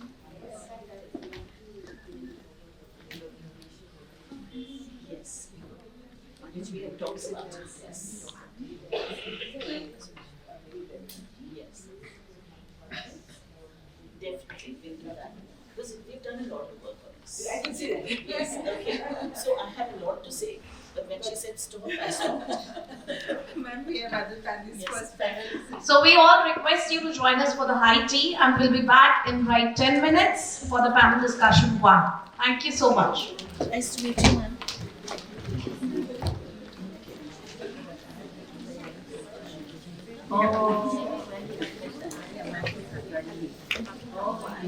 Back to the panel discussion 1. We all know that in the post-pandemic times, education has seen a major revamp and digitalization of education has become the need of an hour. It opens up a plethora of opportunities but also poses some challenges such as digital divide, issue of establishing inclusive environment in the classrooms and beyond. And hence, a discussion on digitalization and inclusive schools as a first sub-theme of the conference becomes very imperative. I would like to request the moderator of the panel discussion 1, Dr. Anamika, working as an associate professor in IILM University, to kindly take over the session. Welcome you, ma'am.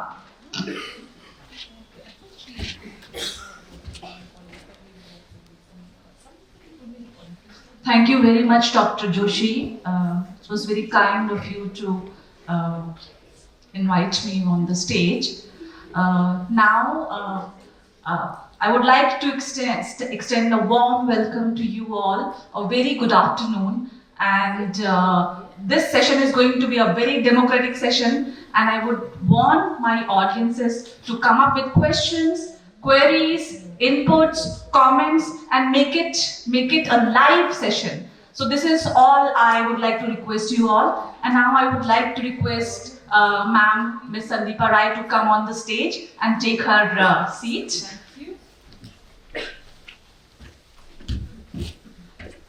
Next, I would like to call upon Ma'am, Ms. Dhriti Malhotra, to come and have a seat, ma'am, on the dais.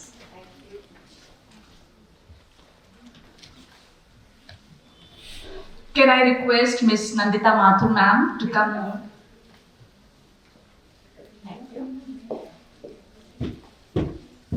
Last but not the least, dear Ma'am Priya Chauhan, please come up.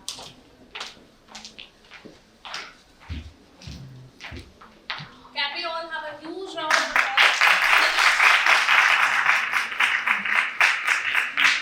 All my panelists are exemplary personalities. They don't need any introduction at all, but it's a ritual which a moderator has to perform, so I'm performing that. But yes, they don't need any introduction at all.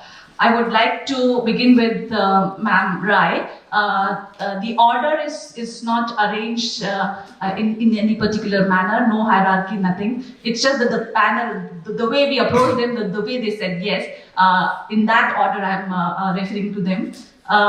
Ma'am Rai is currently heading Rotary Public School, Sector 22, Gurugram. She has 25 years of experience in the field of education. Ms. Rai is on the various examination committees and advisory boards of Ministry of Education and its affiliated institutions. Thank you so very much, ma'am. We are going to have a lot of good and valuable insights from your presence here. Next, Ms. Dhriti Malhotra. She is currently the Director Principal of Manav Rachna International Schools, Sector 46, Gurugram. She has almost 3 decades of experience and headed many reputed schools in Delhi and Gurugram. Ms. Malhotra has a special interest in special education and established a department in the various schools that she led. Thank you so much, ma'am, for coming here.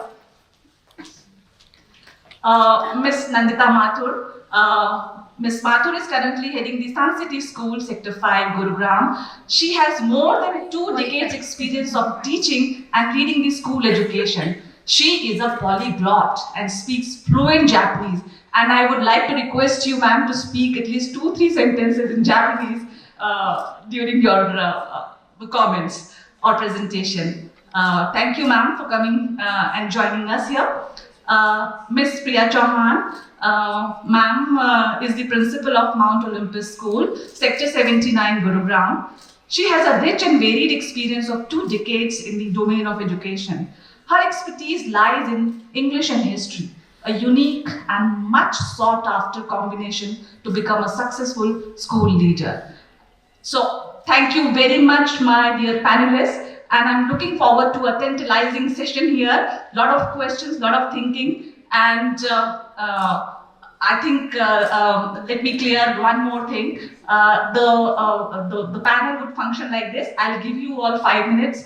I was told that be strict. So I'm going to be very strict. You can't go beyond 5 minutes. So stick to your time limit and express your views on digitalization and inclusion, the way you look at it. We all know that digitalization is a double-edged sword. It cuts both ways. Positive as well as negative. So I would like to highlight both the aspects and also take a stand. What do you feel about it? How do you feel about it? So thank you very much, and I would like to request Ma'am Rai to begin with. Okay, from here? Yes. A very warm good afternoon to all present here. I'd like to begin by stating that if you teach the children of today like yesterday's, then you will rob them of their tomorrow. digitalization has definitely brought a lot of disruption in education, and rightly said that it has created a divide as much as it has united the world. The UNESCO report states that from years 5 to 16, we have 600 million children. And you would be shocked to know 3.6 million children are not connected still. And the COVID pandemic has been proof enough that the digital dependence has increased almost 230% more. So for the ones who have, life for them is colorful because digitalization has brought not just the colors of the knowledge and concepts, but it has become more explorative, more research-oriented. And it has also created researchers and pedagogical innovation to give those children the high of learning. And the graph of satiation is never ending. More tools, more digital skills, more digital literacy has been provided to every child who was connected. But sadly enough, the ways of the world are not the way we look at it from the brighter side of the world that belongs to the haves. Our attention is to those have-nots, where 22.3 billion jobs will be created in the future due to the 5G digital economy. And it is this shocking figure that makes us realize that what would happen to those who have not got this facility. Will learning stop? The answer is no. Learning does not stop, but digital dependency must stop, because not just for the haves, but also for the have-nots. And the reason why I'm saying this is digitalization, as the speakers in the morning session said, has created a class of children who are more dependent on the Google brains than their own. And the real world actually looks for realistic problems and solutions, which comes from ownership, which comes from involvement, not from extraction and research done already in the internet or in so many domains of learning. So on one side, digitalization has brought about the highs of learning, but also it has helped bring about some sort of inclusiveness due to the affordability and accessibility of anytime, anywhere. But on the other hand, the glaring differences and disparities in the economic strata across the world leaves much for us as educators to think that if we are to prepare for the 5G digital economy in the future, how will we bring home these digital literacy skills to them, and how to create these key learning competencies that they must have if they are to evolve to a future which is to be theirs too.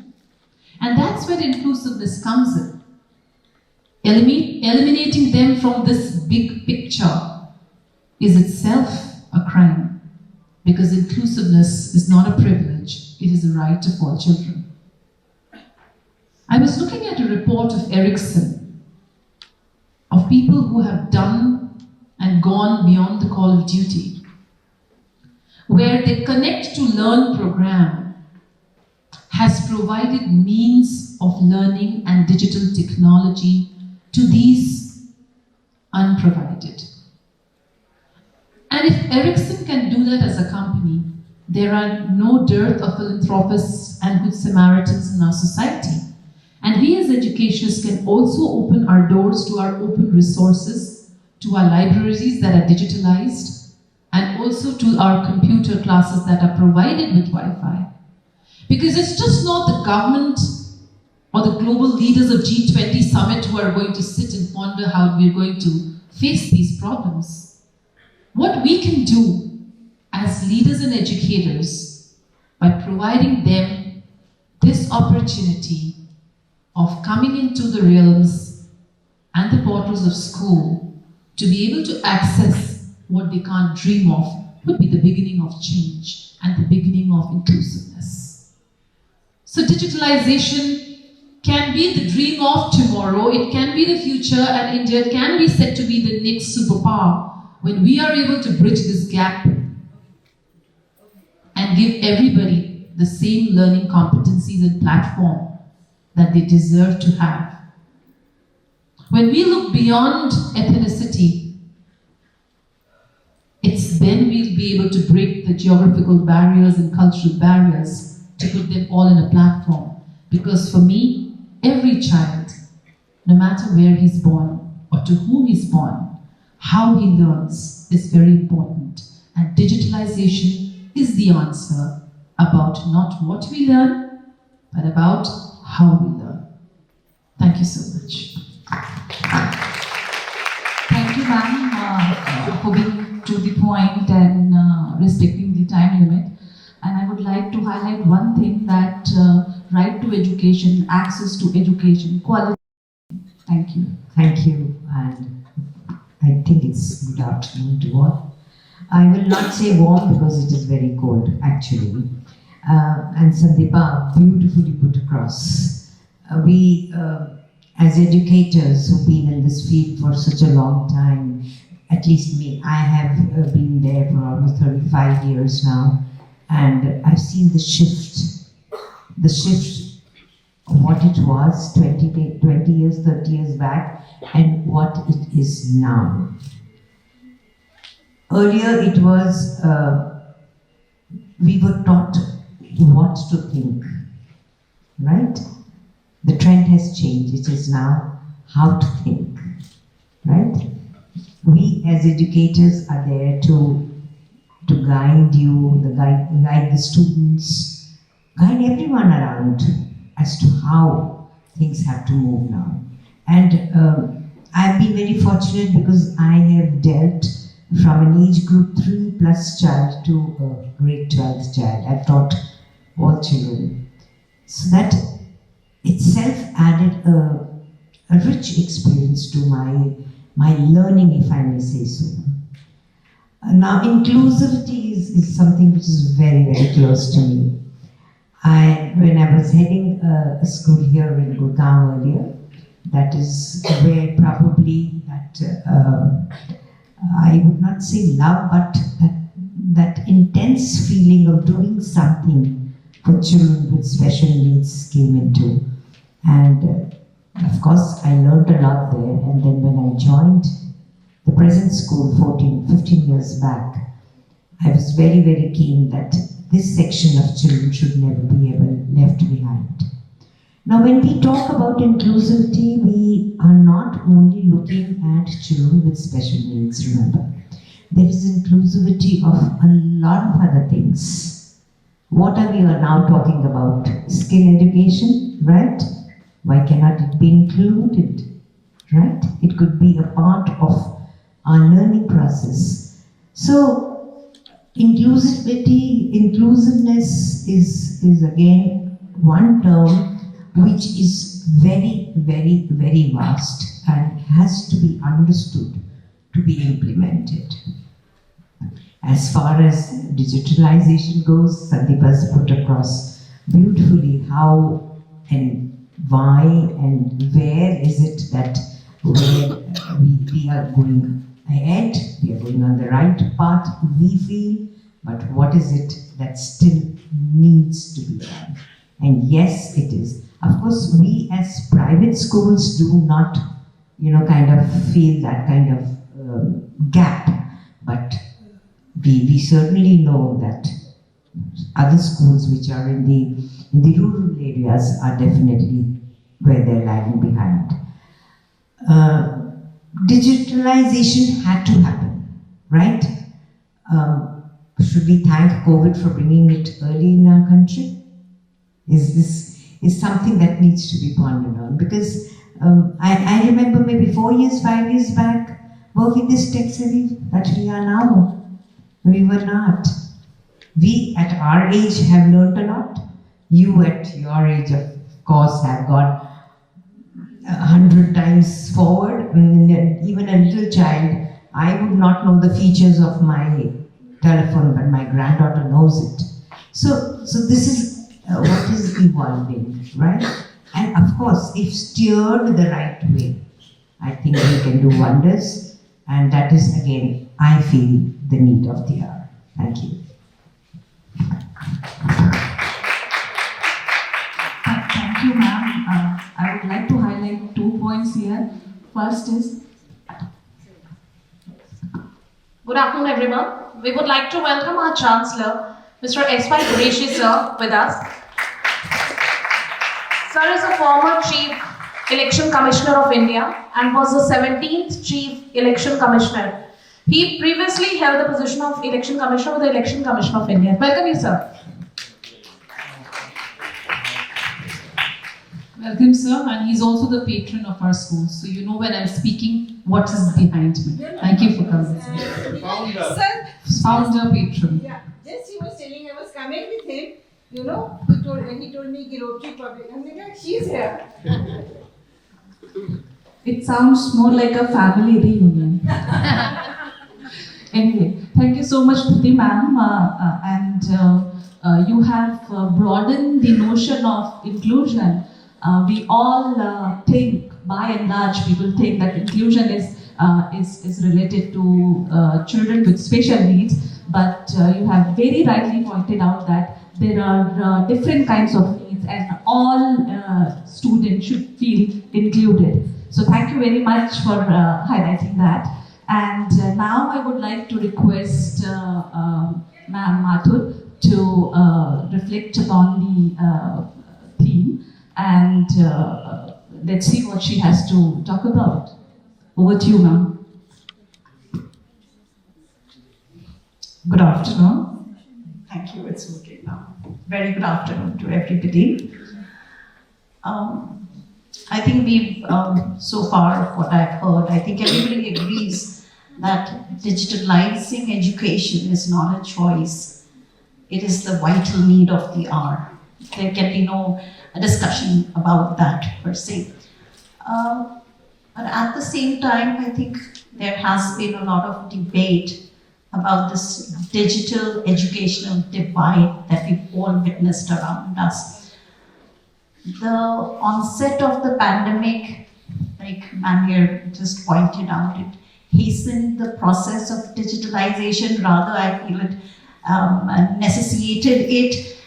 And you can rightfully say that the digital technologies served as frontline emergency services, because we went to enable the teachers to provide education to a vast majority of the school children around the world.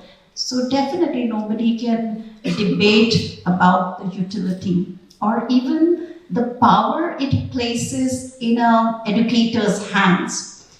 As a teacher myself, first and foremost, I am enamored of the tools and the applications that these digital tools have developed, which enable me to reach out and provide quality enhanced learning instructions to children in multiple ways. But that having been said, and as has been shared by my distinguished co-panelists, the digital technology also expose the same old inequities. We had the children from certain socioeconomic background who were left behind to some extent, and this exposed the the exclusion and the digital vulnerabilities, if I may say so. And we need to tread very carefully to ensure that we include all our children. Now, at this point of time, let me say, I still feel very confident and positive about ensuring that everybody can be included.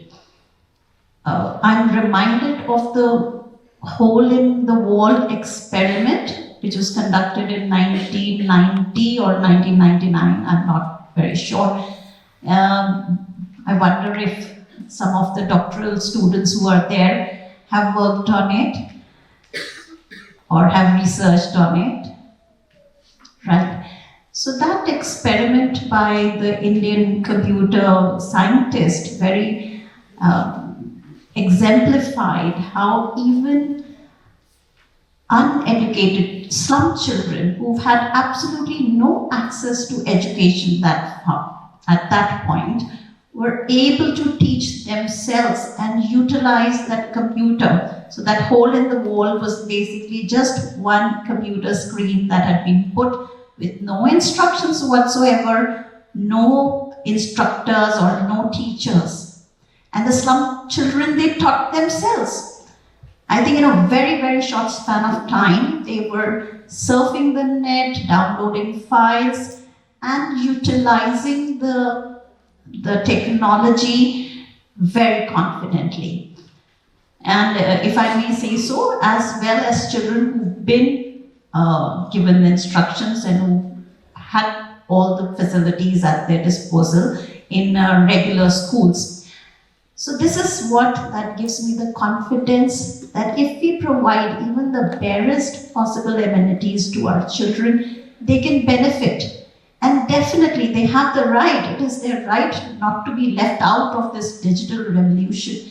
We are in the midst of a revolution. I think nobody can deny that. We're in the midst, the entire education system is in a state of transformation. Talking about inclusion, if I move away a little from talking about the haves and the have-nots, it isn't just the socially underprivileged children who deserve our attention, it's also our regular students. Even if we take away, I say, okay, I have special educators or I have special classes for children who have attention deficit, who are hyperactive, dysgraphia, dyscalculia, all those terms. What about the rest of the class? Do you think they're all the same? They're not. They're widely different in how they interact with each other, how they absorb information, how they construct their learning. The children with varying different levels of attentional deficit, motivational deficit, how maturely they handle their emotional feelings, what are their peer-to-peer and peer-to-adult transactional responses.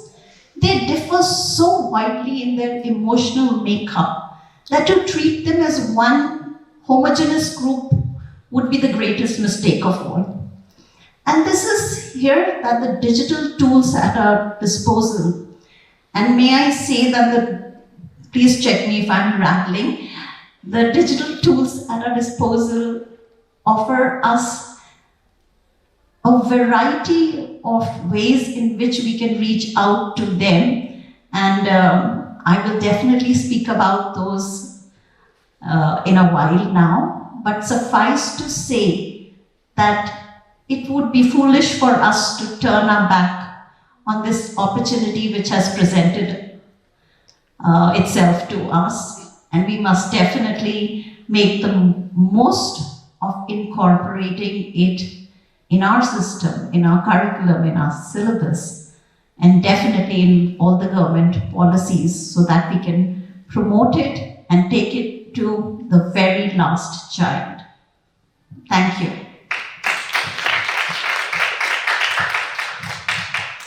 Arigato, Mathu Sensei. Thank you very much. Very interesting insights you have just provided us, and you reminded me of my college days. It was 1990s, early 2000 that experiment was done. And I would like to add a very important aspect of it, that children are so inquisitive. They created their own language, because at that time on Windows, that our class would tell that, oh, you have to wait. And yeah, Damru, they called it Damru. Yes, so we should not underestimate our learners. They can lead their own learning chart, and they can reach to anywhere. So thank you very much for highlighting that. And now I would like to request Clea ma'am to speak on the theme. Thank you. Thank you, ma'am. Very good afternoon to one and all present here. Much has already been spoken since morning about digitalization and inclusive education. So I would just speak a little, because I can speak on and on, but since I have only 5 minutes, ma'am, so my time will start now. Okay, so if I talk about digitalization, it is the need of the hour. We have to have it. In any case, we cannot do without it.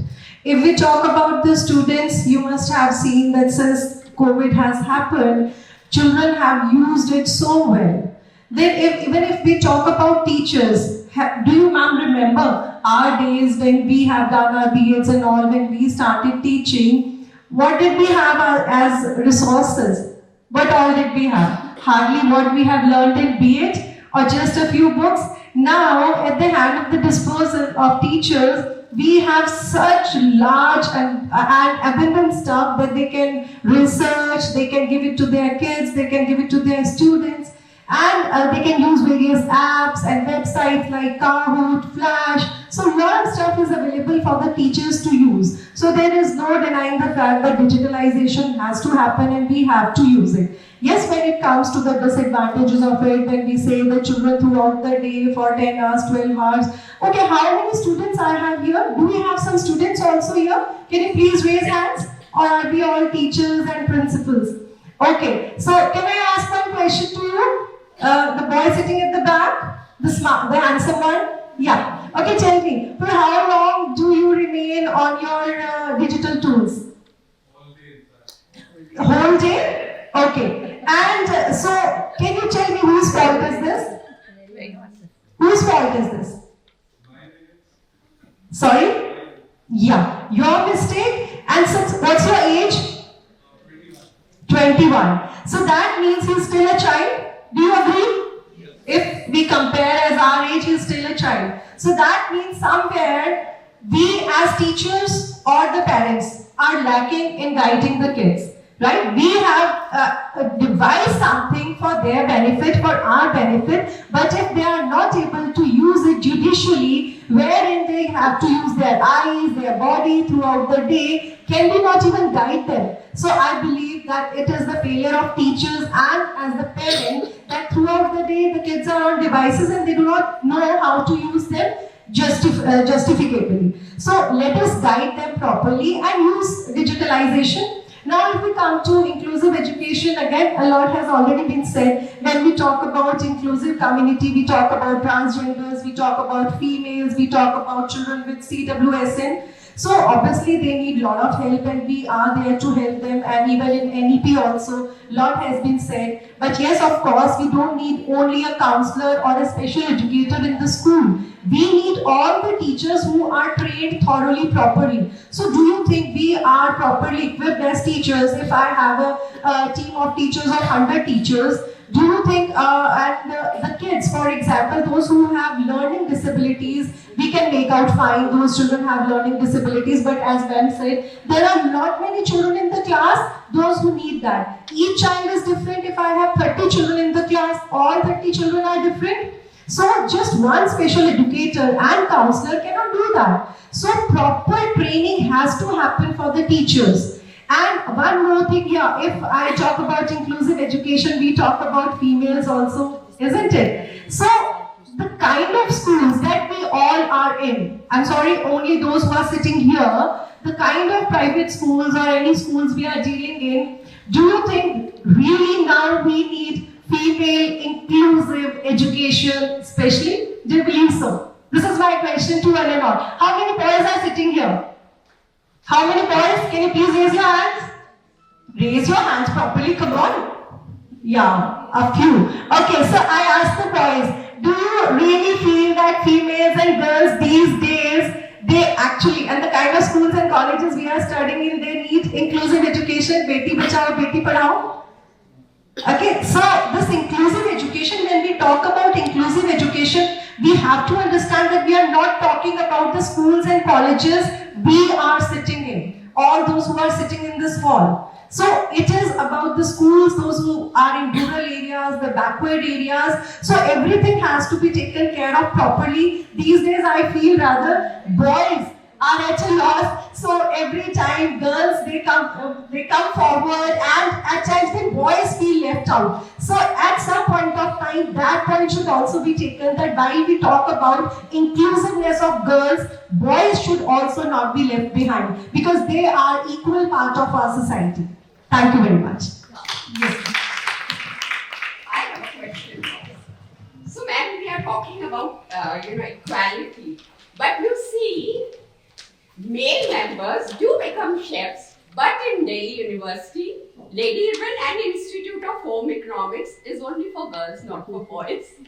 Yeah, absolutely. So this does happen. So that's what I always say, that I have two boys, right? And I give them equal importance as girls. People say, okay, fine, girls are important. Then the Daughters' Day is celebrated, I celebrate it for my kids as well, for my boys as well. So let us, celebrate the inclusive education, especially when we are talking about private schools, private universities. I want boys should also be equal to girls, rather than when we say that no, girls are to be given preference and not the boys. So boys, I'm all for you, including we the girls and women. Thank you everyone.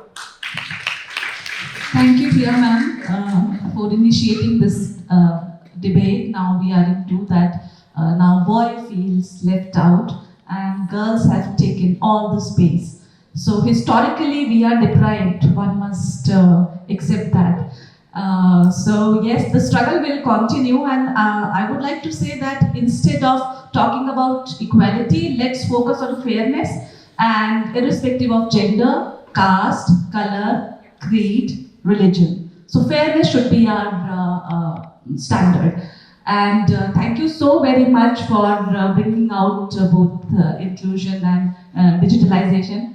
And as far as digitalization is concerned, the way you highlighted that accountability is a major component while using technology. And I fully agree with you. Accountability lies with parents, with teachers, school leaders, and the child himself or herself as well. So let's hope that we will use technology with accountability and will take onus and use it wisely.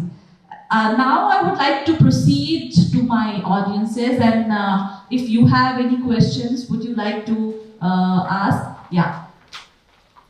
Ma'am, please introduce yourself first and then your question. Thank you. I am Sanchana Shrivastava, HOD Social Science from Lotus Valley International School, Gurugram. Ma'am, I just want to reflect on something. I do not have a particular question to ask. Wonderful, I'm waiting for that. Ma'am, our topic is redesigning education for sustainability development into action. And we do have in India's, in different parts of the country, we have conferences on bringing redesigning education. NEP has come, 2020, to where we talk about child-centric education, and in conferences we talk about child-centric education. Here in the panel discussion also I've heard about to bring, promote digitalization, fill the gaps of haves and have-nots, and also inclusiveness. What my concern area is that to bring this inclusiveness and to fill the gaps between haves and have-nots in the field of learning, bringing digitalization. The area of concern is the teachers who are instrumental in redesigning education. filling the gaps between haves and have-nots, bringing inclusiveness in the classroom. Fine, we do not address that particular concern of the teacher. We do not talk about in the conferences those who are instrumental in redesigning the education and bringing inclusiveness, how to lessen their burden so that they become passionate.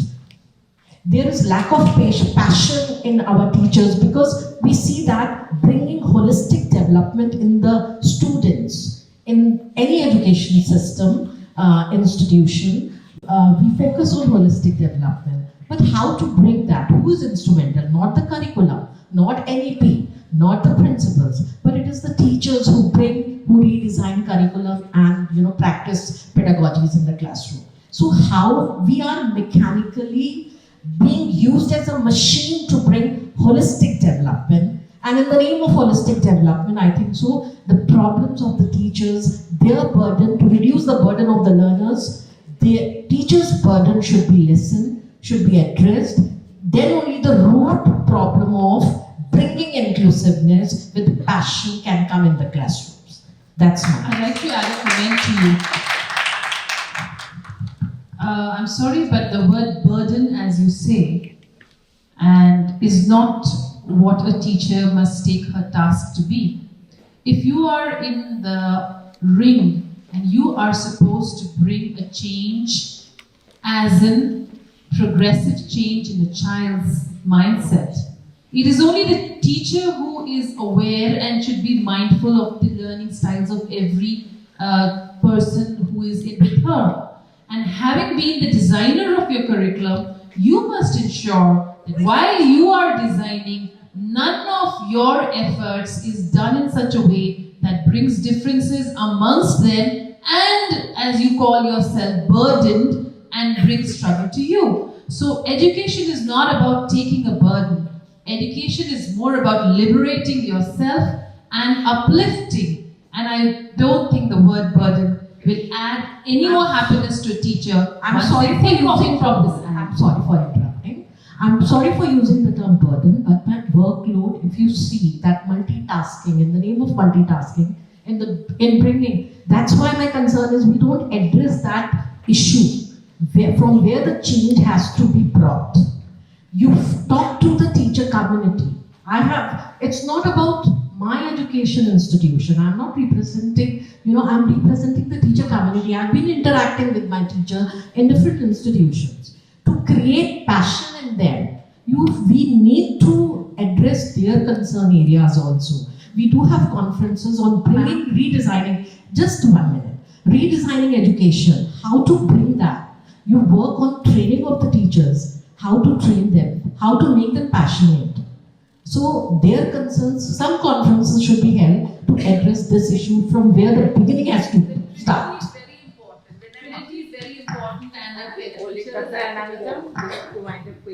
Passion cannot be created, it is always within you, right? To be a good teacher, you have to be passionate enough to experiment, to go ahead and do things. I don't think so any principal will ever stop you. Okay?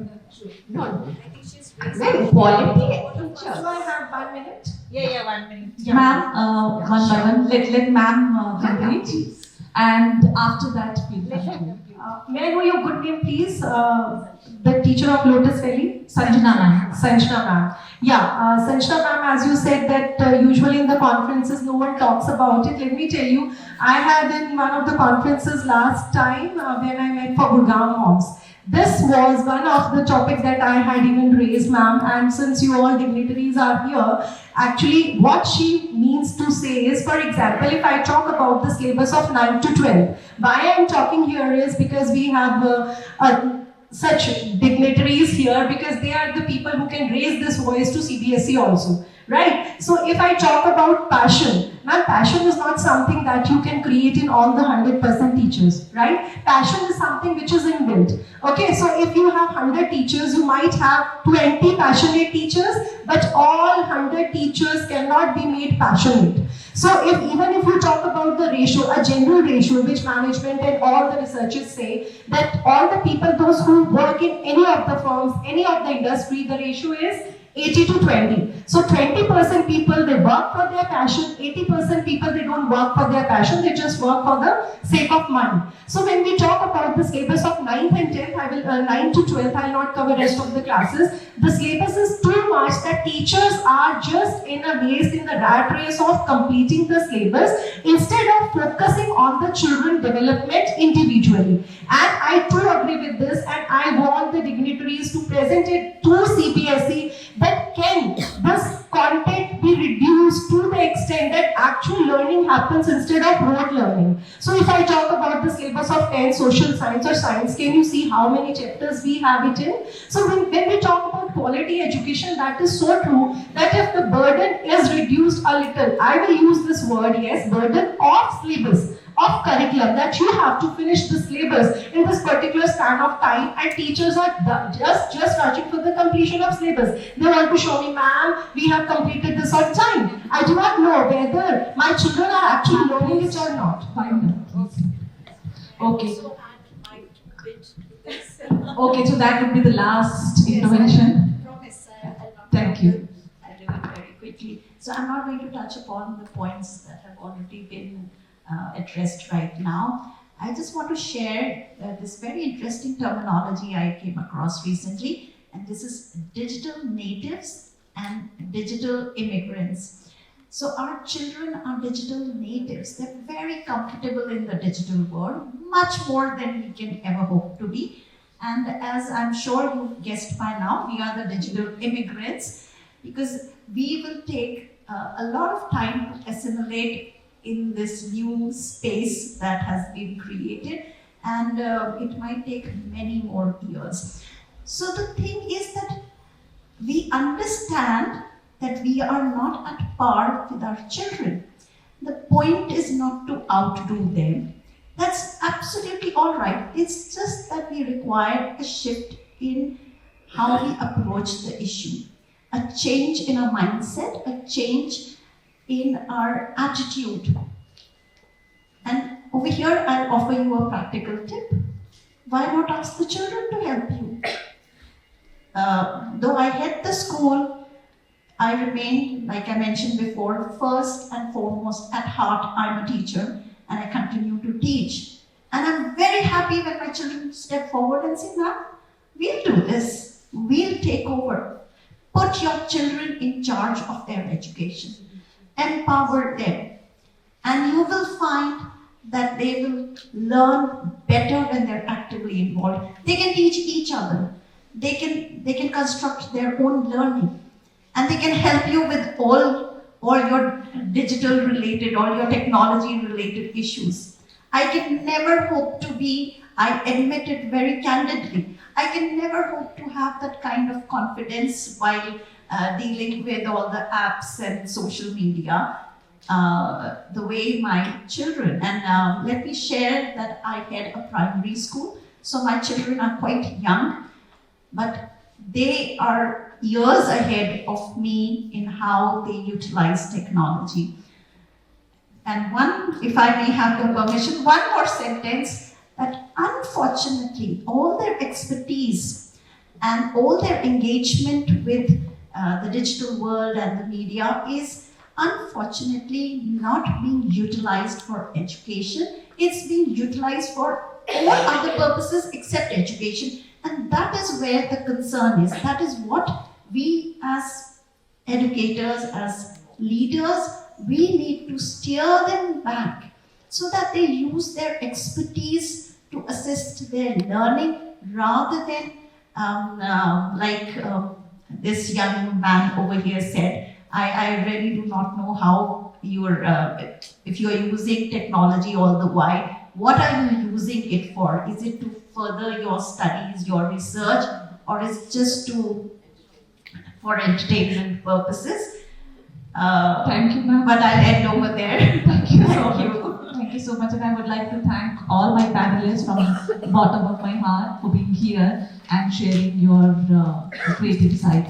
It certainly added value to our discussion and our overall conference. Thank you very much. Thank you once again. We would like to request our Chancellor Qureshi sir to kindly speak few words and share his insights. after so many words? No, but yours will. Why don't you give the mic? Yeah, we can give the mic here. Yeah. Sorry. I felt that I have come back to a school. There was so much of learning in the last 45 minutes when I've been here, which proved the point that no age is too old to learn. Extremely important subject, very important conference. I wish there was more time for more detailed panel discussion. But my association with education is pretty long, and I'm suddenly flooded with lots of reminders, including Rotary Public School. I'll just mention Rotary Public School, how it was born. I was Deputy Commissioner of Gurugram in 1980. Gurugram was very backward. Some industrialist businessmen used to come to me and complaining against Lady Fatma principal, that she's very rude and she doesn't talk to us properly. I called the principal and she said, sir, what can I do? The population is growing, how many children can I accommodate? So 42 years ago, school as a business model, I don't think was visualized by anybody. Maybe here and there. So I told these guys, why don't you start your own school? They were quite taken aback. They said, look, we can run a factory, we can run a business, but we don't know how to run a school. I said, you don't have to run it yourself, but you will send your children, you will give money. That you can do, surely. Fortunately, we came across somebody who was the principal of a Yadvendra Public School, Chandigarh, Maharaja Patiala School, Colonel Satsangi, who's at the Colonel Kiran Satsangi Memorial School in Satpadi in Delhi. They still so he came to meet me for some work, some help. I said, Colonel Sahab, I'll help you, but if you help me run a school, primary school. So he said, where is that school? I pointed to my head and I said, it's here. So he said, well, what does that mean? I said, we are just thinking of starting a school. Do you know he resigned for his lucrative job there, prestigious job, came to a school which was still in the mind, not even on paper. And this all started in April. And there was fortunately in Sector 17, 1 acre of a primary school building which Huda makes in every sector as infrastructure, as the core infrastructure. That building with 5 rooms was available. So we thought we'll start a school in July. And if we start with 200 children, that will be a great achievement. So much of enthusiasm was created that we started the school with 800 children. Can you believe it? And all in 5 rooms. But the colonel was quite a gin actually. Within 1 year, 29 rooms were created in the same thing. And day boarding concept and started all within 1 year. So that school is still in your possession. We entered into the premises, by the way, illegally. Encouraged by the deputy commissioner, okay, good job. After 40 years, it was settled, some penalty. Finally, it was handed over to the Rotary Park. Now they are in a 10-acre school. And I personally feel Rotary Public School is a genuine not-for-profit school because Rotarians, every year they change. They don't develop any roots. Every year new management comes. There 25% EWS children is very genuine. The rest of them also. This school is not for profit and has done very well. I have built 4 more schools in Mewat area where they were originally called Bal Bhavan Public School. Because I had set up Bal Bhavan where the activity of a Bal Bhavan is only in the evening for 3 hours. 21 hours the buildings were available, nice building. They said, why don't we start a school? So Bal Bhavan Public School, and they are still surviving as Mewat Model School. 4 of them were run as DPS, by DPS for 6 years on a contract basis. So there was so much to do, and I still feel one thing which happened with Rotary Public School, that this was a model. Rotary Club got the top prize for North India for some activity, And we started getting queries from here, Bhiwani, Jalandhar, Ludhiana, what is this magic? So that is where Colonel Satsangi and I parted ways. I said, please send them do's and don'ts. If I can do it, you can do it also. You can set up everywhere. He said, no, call me, I'll set it up. I called me, how many schools could you have set it up? So, otherwise, there should have been 1,000 Rotary public schools because Rotary Club is active everywhere. And every small town, big town, anywhere, is shortage of schooling is still there, as you know. How many people come to you for seeking admission? So that model, maybe it can still be revived. It should be done. So, and there are a whole lot of things, but I was thinking, Sujataji, there is some conference, some seminar where I'll recount my experiences with education. Because in the collector's priorities, education comes very low. I give it a higher priority, and I was able to do lots of things which I have not even mentioned, but they need to be gone upon. It may inspire some new young IAS officers to do the same thing, because these are all replicable models. But I'm so happy to hear whatever little I had, and a little report since morning. And I hope there is one more session which I will attend. The panelists are ready. Thank you so much for. I'm a former teacher, therefore once of my income comes in my hand, I have to take it away then. So we can have a big round of applause for the moderator and the panelists for an engaging session. So thank you, Qureshi sir. I think we will organize. We'll have a great learning from your experience, which can be implemented in our school and in education system as a whole. So certainly, नए साल में sir इसकी शुरुआत हो जाएगी.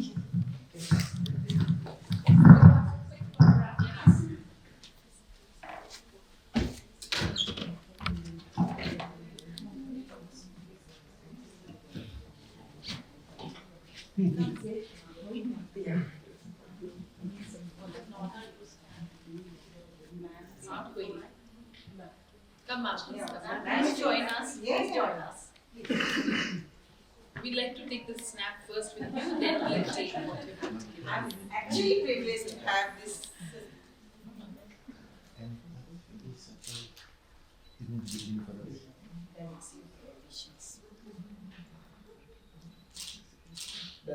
Thank you. We would request Sujata ma'am to please felicitate our guests. Please request Malvika ma'am also to please join. No, ma'am, please. You are here. Sandeepa Roy ma'am. Thank you so much. It's an honor being here. Yes, I've seen this model from the morning. I was waiting for my name on the umbrella. Thank you so much. Thank you. Thank you. Yes, it was just an added, bonus for me. Thank you so much. Dhriti Malhotra ma'am.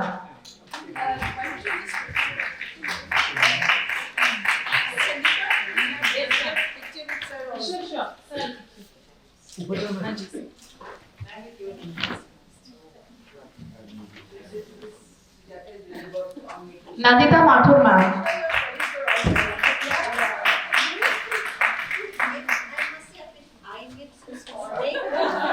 I hope it is a computer. Sir, it's completely sustainable without that. IILM is customized.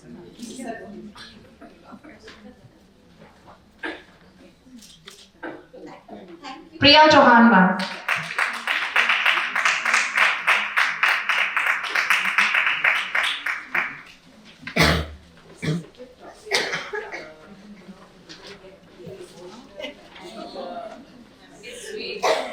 Sweet is the word. But it's slightly, we are sorry, we were mindful of the time. That's we can discuss more during lunch. Last week we had a function. Here, this is your bag. Oh, thank you so much. So good. So please, grab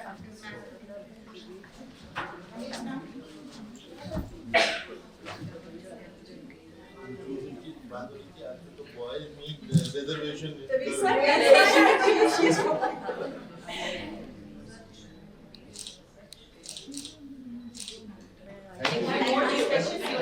Thank you for including me. Inclusiveness.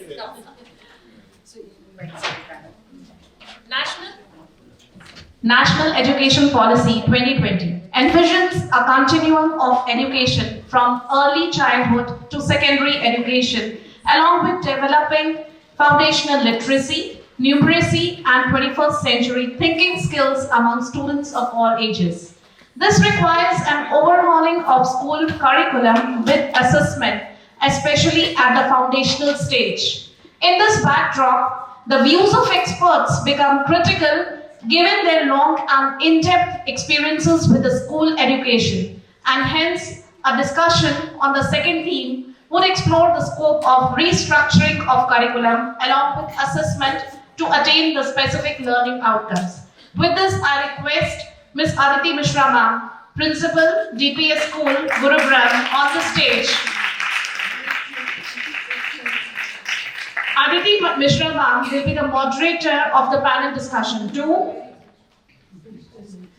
I would also request panelists for the session to be seated on stage. We are happy to have Ms. Aparna Eri, Principal, DAV School, Gurugram. Ms. Dipinder Kaur, Principal, Lines Public School, Gurugram. And Ms. Reema Elevadi, Principal, GD Goenka, Model Town. I request Aditi ma'am to kindly take over the session as a moderator.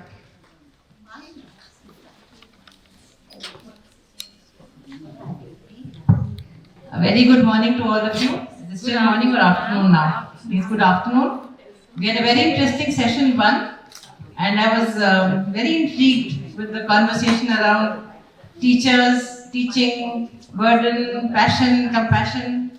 All of us are teachers, most of us are teachers here, and we really don't know how many of the youngsters sitting there will end up as teachers.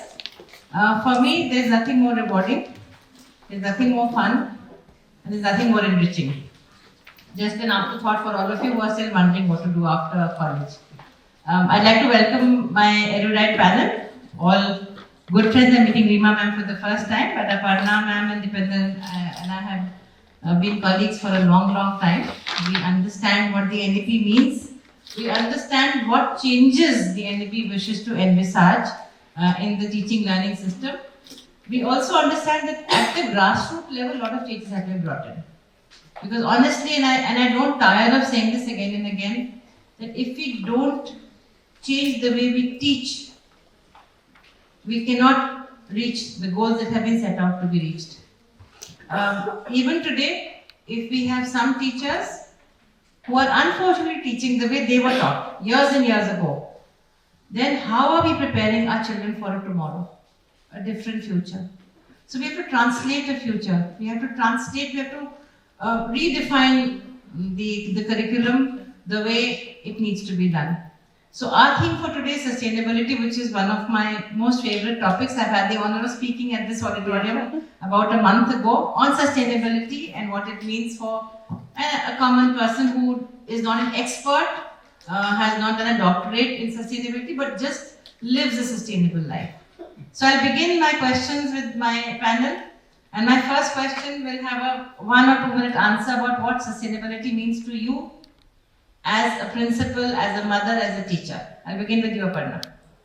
Thank you, ma'am. Thank you, ma'am, and good afternoon, audience. Ma'am, this topic of sustainability is very close to my heart also. And in fact, it is, I'm very sure to all the teachers and the principals now.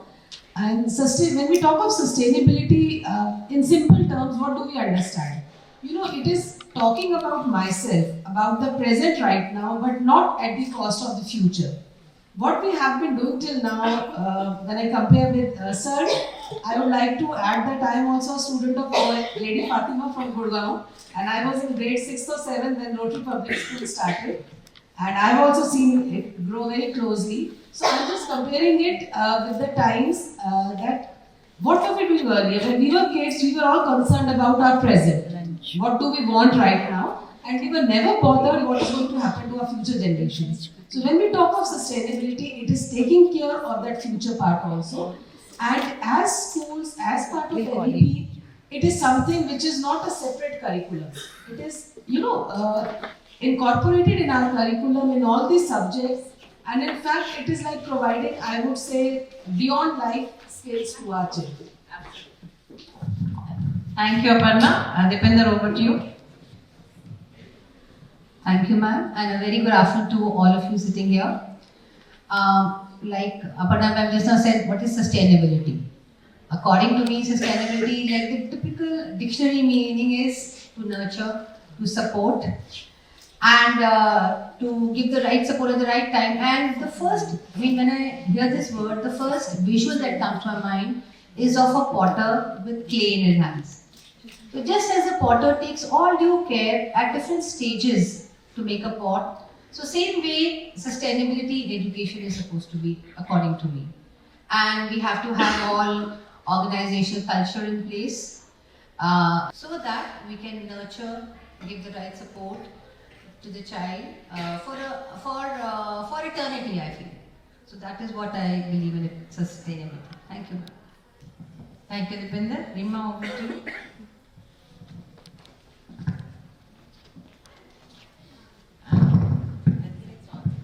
Good afternoon to one and all. Sustainability to me would mean that nurturing definitely the future and stopping the reckless overuse and misuse of resources.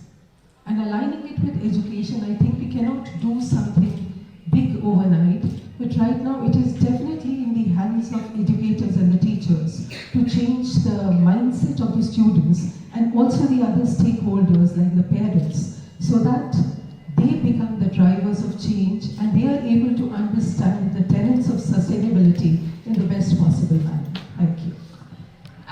You've got some wonderful thoughts on sustainability. Need of the hour has to be aligned to the curriculum, cannot be a separate subject, but should be incorporated, integrated while teaching any subject at any level. And it is possible. I think all of us are working collectively at creating modules that will bring in sustainability, life skills, value education across the curriculums and across stages. Now my specific questions. I'll begin with you again, Aparna. Can you recount some sustainable practices that you were part of growing up as a young girl in a school in OLF? And do you think these still exist in our schools? Yes, no, and reasons. Okay, so ma'am, I'm actually taken back to my old days. That small little Gurugram, in which nothing was beyond Sadar Bazaar, and after that, it was just out of Gurugram. So I was just reminded, ma'am, if I do not know whether the kids here can recollect this or not, but children, maybe you have not seen that era when we used to get our tiffins in metal tiffin boxes. Yes. Everything used to be in glass bottles. Be it your Pepsi was not there that time. Was it Coke? I don't remember. Campa Cola, yeah. Campa Cola was there, jams were there, pickles were there, everything was in glass bottles. And then came the era of plastic. And when I see that sustainability part, which is not there now, but now we are coming back to it, we have realized that so much of damage has been done. So we are again coming back to that era where you will find now glass bottles everywhere. They are now replaced the plastic bottles.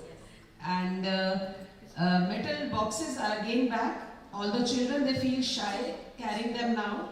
Don't you feel, it's below your standard dignity to carry a metal tiffin box? That thing is there. But I feel that, ma'am, these things are there. But a lot of playtime used to be there, which again has gone down. Again, I would not say that, but digitalization has some drawbacks also. So the playtime has gone back. But concern for environment is definitely coming back. At that time, these issues were not raised, ma'am, because the problems were not there. But now we have realized that over the past 30-40 years, the damage that has been done, and we can foresee, in fact, yesterday we were in a conference, all of us, and there was a beautiful video in which a dinosaur says that if you don't become careful now, you are all going to become extinct like we did. A dinosaur was talking from his point of view. So I would say that is why our role as educators becomes very important.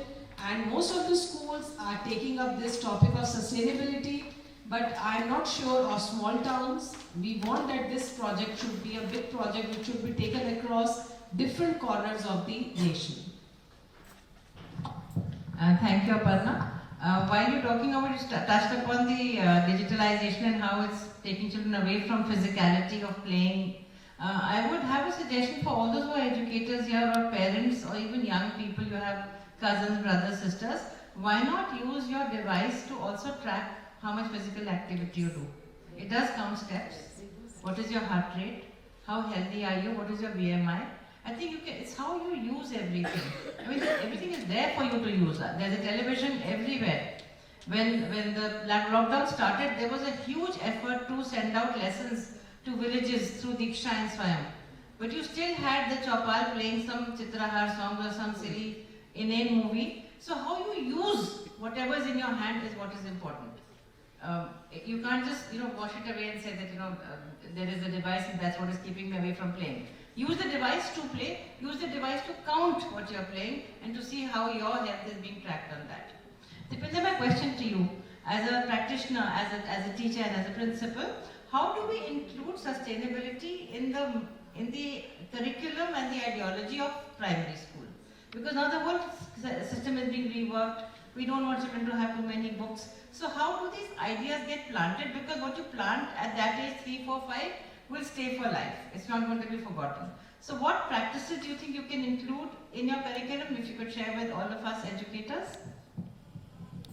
Yes, the primary level children I think are the most impressionable, and whatever they see, whatever they observe, it stays with them forever. So I think at that level the teachers or the adults at home have to be role models for them. Because whatever they observe, it stays with them forever. And I think in our days also, whatever we learned during that time or whatever we saw, I mean, what I carry forward from what Aparna ma'am left, there were certain things like I remember my mother making thalas out of old curtains. So I think we are doing that. I mean, in Lions Public School, since I'm from there, this is a huge task that they have taken up. And they distribute it not only to the parents, but also wherever in societies they go to, they do that. And also different things like, for example, the experiments. For example, the electricity switches and all. When not in use, we need to switch it off. I mean, again, saving of water. And like we have kind of engaged with this blue planet. I think all of us over here have done that. So I feel very happy when small children from my nursery and UKG class, they carry small packets of these plastic packets to deposit in the big packet sack that Blue Planet has given us. So we have to be role models for them. We have to show what we can do. It automatically percolates amongst the children. So this is first and foremost. And again, there's so much learning through not through reading of books, but through rhymes, through songs, talk about the solar system. What we also did, I think in many classes, we are still doing that. My mother, I think my very educated mother, 9 planets. So these things, I mean, they're still with us. So it is through experiential learning, the role play, celebration, or like CBSE is sending so many guidelines. We have Bal Divas that we're going to celebrate. So again, those things will stay with us forever. About what the martyrdom, how these young children achieve martyrdom. So if we talk to them, if we have these role plays, they'll certainly assimilate what is expected of them. So I feel that is one good way of doing it. I think great ideas, great takeaways, especially when you mentioned water, Dipinder, and when you mentioned electricity, because these are two again causes of concern. The moment summer comes, we start having outages because there is a power shortage. So the more we start, thinking about these things, the better it is. I think teaching children also to recycle. If your notebook is left, there's a page is left, to reuse them in some way. Why should children from privileged homes just throw away a notebook or a book? Why can't we reuse it? Why can't we give it to a child from a poor home? Same with clothes, same with woolen, same with blankets. It's going to be a very bitter winter. It's already turned very cold in the past 2-3 days. And I'm sure if you look into our cupboards, we have some things which are not being used by us immediately. So make little packets, teach your child that this is also sustainability. You're recycling something which you're not using anymore. And I think these lessons, like you said, at a very young age, stay with them for very long. Rima ma'am, a question for you. Learning to change by changing how you learn is the new mantra, right? So what suggestions do you think schools should take to get their children to become future ready? What are the changes in infrastructure, or in the way we teach, or in the way they dress, or in the way we have functions? What should change to prepare the children for a better future? Great question. So we need to be future ready. All the schools need to be future ready. And we can only do if all us, we develop a systems thinking. By systems thinking, I mean that where the management and the principal, the faculty, students and the parents all are aligned with one particular kind of mindset. And this mindset is having the life skill values along with it, which are able to take care of our future needs. So I'll share some examples which my school is doing. When we talk about the sustainability and developing passion and reusing, so we have this school calendar wherein every month we pick up one sustainable development goal. Thereafter, every month, 3 days are meant for parents to do something, and then we grade the students. So this way, the way the teachers are after the students to do something, the students also are after their parents to earn them the scores. So like this, I hope to develop something of a system and a habit so that they are able to do something in future also. Also, the issue that Deepinder spoke about water. So right from the beginning, at the inception level, where we say to catch them young, we started the drive for the prohibition of single-use plastic when it was the call given by the Honorable Prime Minister.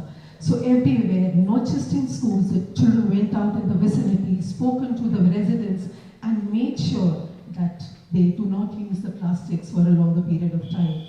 And when it comes from a child who talk in pure innocence, I think it is very well taken and absorbed by the adults also. And also I would like to come upon a question which was in the previous panel by a teacher from Lotus Valley, where they said that to ignite passion is very important. And I think this passion can be ignited if we bring about collaboration in our teaching process. So collaborative learning, collaborative processes, when we are all engaged together, I think can be a win-win for all of us. Thank you. I think again a very important point you brought forward, Rima ma'am, that you have to bring the community in. Parents have to be brought in as partners in driving the sustainability effort. We've talked about water, we've talked about old clothes, we've talked about electricity. My favorite topic, unfortunately, is also about using infrastructure. Why can't our buildings become more sustainable? Why can't we use them more and not leave them waste? Because wastage of any kind is not acceptable. So I know of some schools which run afternoon shift schools in their vicinity, in the same premises. I know of schools which have adult education classes. Yes, please. So I have headed the Salwan afternoon schools, and at that particular point of time, I had many other school principals coming from St. Thomas's and all, because they thought this is the optimum use of resources, whether it is the playground, the electricity, the buses. So it was very beautifully done. However, it is a little taxing for the children, but I think to build resilience is also the aim of education. So I'll give an example from my school. We have not taxed anyone in that sense. The children who are not able to get an education come in the afternoon. I've involved the community to come and teach them. It could be retired professors, retired army people, retired doctors, who are absolutely free in the afternoon. And I was a little worried that they may want a siesta. They said, "Raat ko neend nahi aati, dopahr mein kaise so jaye?" So they are happy to come to school, teach the children, teach them basic life skills. I mean, when you teach a life skill, you're automatically covering a lot of the curriculum which is supposed to be there in the open school curriculum. So it doesn't really burden anyone, it doesn't tax anyone. You just have to plan it out in a certain way so that the future of many more people is more sustainable, not just our own. Now there are 3 tenets of a 21st century education, the way the curriculum should be. The first and most important is it has to be adaptive. It has to adapt to the needs of the hour. So I'm going to ask Aparna ma'am to comment on that. It also has to be balanced, which is what Deepinder ma'am will talk about. And it has to be flexible, to be sustainable, to be real, to be meaningful, and therefore long lasting. So it's adaptive, balanced and flexible. Over to you. I think this is the origin of human species only, that is adaptation. We have been studying in our biology classes since we were in primary, and that is actually the need of the hour. In fact, I was going through one of the researches. I was going through one of the researches in which it was said that 91% of the HR managers, they feel that for being eligible for a particular job, a person needs to be adaptive. Adaptive means ready to change, and here the importance of adaptation comes in, where we have to ensure that our children are shown the right track. They are explained, and children these days are very smart. Mind you, teachers here will agree with me that you have to just give them an idea and they are going to show you the way how you have to go ahead with it. A number of projects are going on in Gurugram itself, in our schools, like you talked about the single-use plastic project, and very soon most of the schools are going to take up a project on saving electricity, using solar, more and more use of the solar panels, conserving resources, and I would say that this can be, again, not any particular curriculum, but like ma'am talked of SDGs. All of us these days are taking up SDGs and they are part of our regular curriculum. Even a child of the primary class can tell you which SDG talks of which goal. Because we are not teaching them separately that these are the SDGs, please learn them. Their chapters, their lessons are already incorporated. Even if it is a lesson in English, it is linked with a SDG. So automatically this is, seeping in the child, and the children are understanding that these are the changes we have to take, and this is how adaptation is taking place. How have we moved away from, bulbs to CFL bulbs and now to LEDs? That change has taken place automatically because we are adapting to it. More and more institutions, I know there are government mandates also, but we have shifted to solar energy, solar panels. So this is how we are adapting. Use of electric vehicles is now increasing, and very soon in big cities, even the governments are going to promote the use of electric vehicles. Again, this is adaptation. Brilliant take on that, Aparna ma'am. And I think all of us have also started the idea of mini chemistry labs instead of using those big beakers and big test tubes, doing the same experiment but smaller. So you're using less. The education doesn't stop, the learning doesn't stop, but you're just using less of whatever because there is a fear that things will run out. So great ideas. Dipendra ma'am, looking at you for a balanced answer. Okay. Just as in a body we require balance, all the nutrients to have a fit, healthy, active body. So in the same way, I think our curriculum also has to be balanced. And for that, we have to have long-term planning. We have to see what the learning objectives, learning outcomes are supposed to be. And of course, then we have to have the SMART goals, which are specific, measurable, achievable, all those things. So for that, we have to have a very, we have to create a positive environment first of all. We have to have an environment where the children are again adaptive. They are able to perceive what the curriculum wants out of them. Then we have to have a very innovative and a creative curriculum.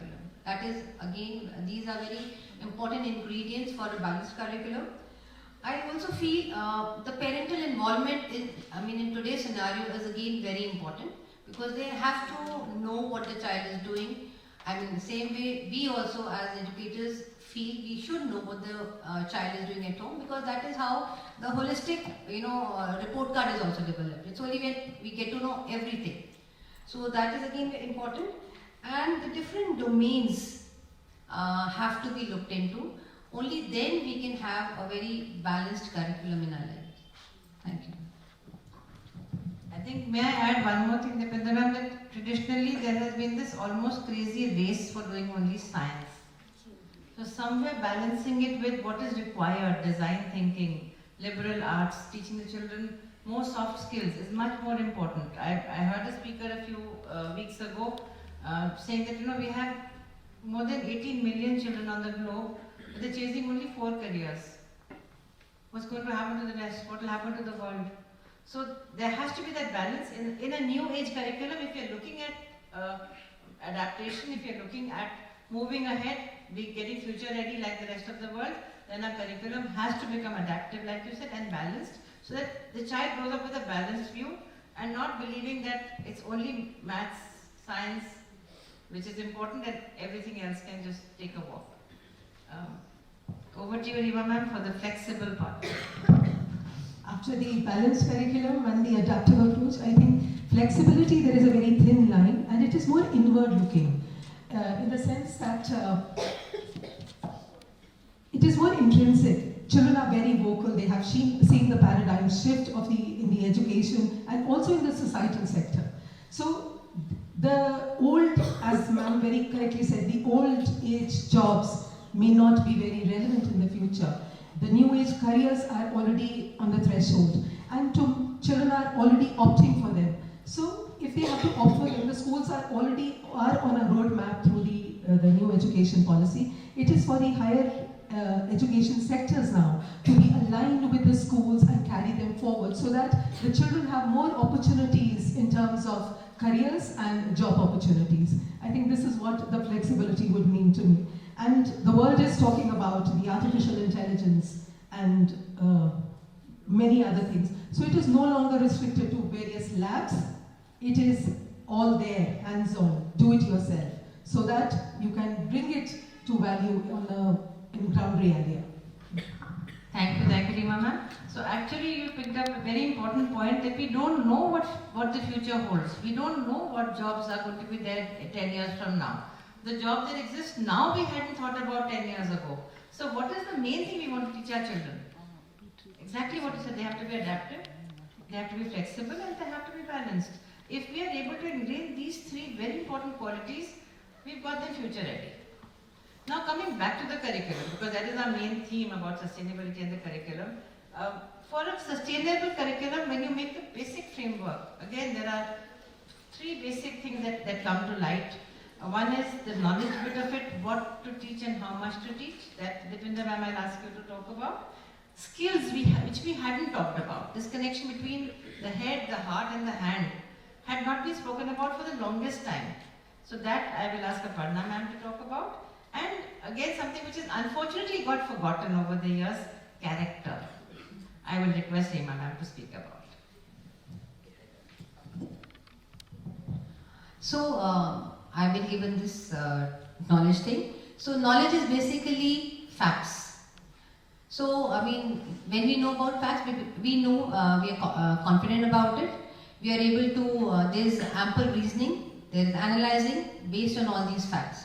But there are 3 knowledge domains that really have to be looked into. First is the foundational, second is the humanistic, and third is meta-knowledge. Foundational is the creativity, the critical analysis part, that is to be covered. And humanistic covers the society and culture. So all the value systems, all those things have to be covered under this. And then is the meta-knowledge, that is nature and technology, which is changing so ever fast. So these things have to be really looked into, and as adults, our actions have to speak louder than our words. So the way we behave, the way we, whatever we do in our schools, the children will automatically follow our footsteps.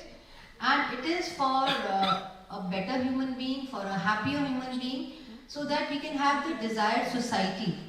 We can't pinpoint what the desired society is, but a very happy society. Only then we can go ahead with this knowledge bit. Thank you. I don't know if you'll agree, Dipinda, but knowledge has also become very nebulous now. Because I'm convinced that the children in front of me have more knowledge than me. We have to accept that. And knowledge is also available at the click of a button. So no longer are we the depository of all knowledge, so to say. So I think this coming together of knowledge of different kinds inside a classroom is what makes the classroom come alive and become a classroom which is going to think about sustainability, because we are keeping all this knowledge with ourselves. It's coming together in a more collaborative way. So it just works a little in a more healthy way maybe. Over to you, Aparna. Very true, ma'am. But one thing, when we are comparing our childhood with the current generation is that definitely skills have gone down. And that is the need of the hour. And the NEP talks a lot about skill education. As educationists, it is now our endeavor to encourage children to take up skill education. But at the same time, the mindset needs to be changed before that. We can introduce a number of skill-based subjects in our schools, but the parent community, the students have to be educated that this is the trend, this is on. Sciences is not everything. In fact, like you said, a few career options are there which all the parents and children follow these days, but things are changing. I think that is for good, that a number of the private sector coming up in higher education, a number of options are now available. Children are being encouraged, but at the same time, skill education is something which has to be encouraged. A very simple example, I do not know how basic it is, but I remember when I was in 6th or 7th, we used to be given a small piece of cloth in the school and how to put a button, you know, and the different types of stitches, it was taught. And now I have a grown-up daughter, or okay, talk about myself only. I also prefer to go to a tailor outside, roadside and get my things mended rather than doing it myself. So this year, we celebrated a skill Utsav in school, and in middle school, we had this exercise where each and every child, whether a boy or a girl, they had to do this activity of putting the button and doing basic stitches. Because we feel that these things are going down. We had pottery classes. Again, every child by choice, good, bad, ugly, whatever they made. But we wanted them to have that feel of playing with the mud, with the clay. You know, now these days parents don't want the children to play in the mud. They will get dirty, who will clean them? But being close to the nature is something very important. So these are a few examples of skill. The list is endless, but this is something again which has to be brought back. Agree completely. I've had some students coming and telling me that, you know, when they're studying overseas and they've not learned to put a button on, if 2 buttons break, they throw the shirt and they buy a new one. Highly unsustainable way of life, because these are things which we were taught, they came naturally to us. Even a skill as simple as cleaning your own room, washing the utensils, cooking for yourself, you can't be helpless. And I must admit, as educators, as mothers, as adults, we have failed our duty if we've not got our children future ready. Going abroad and just eating from outside is going to be unhealthy. Throwing away a shirt because 2 buttons are gone is bad for your pocket. You know, it doesn't work that way. So high time we got the hand involved in not just writing but in doing other things with the hand. Over to Rima ma'am for the character building. Yeah, so wonderful examples, Akarna ma'am. And definitely, I am also reminded of my school days when we did Shramdan.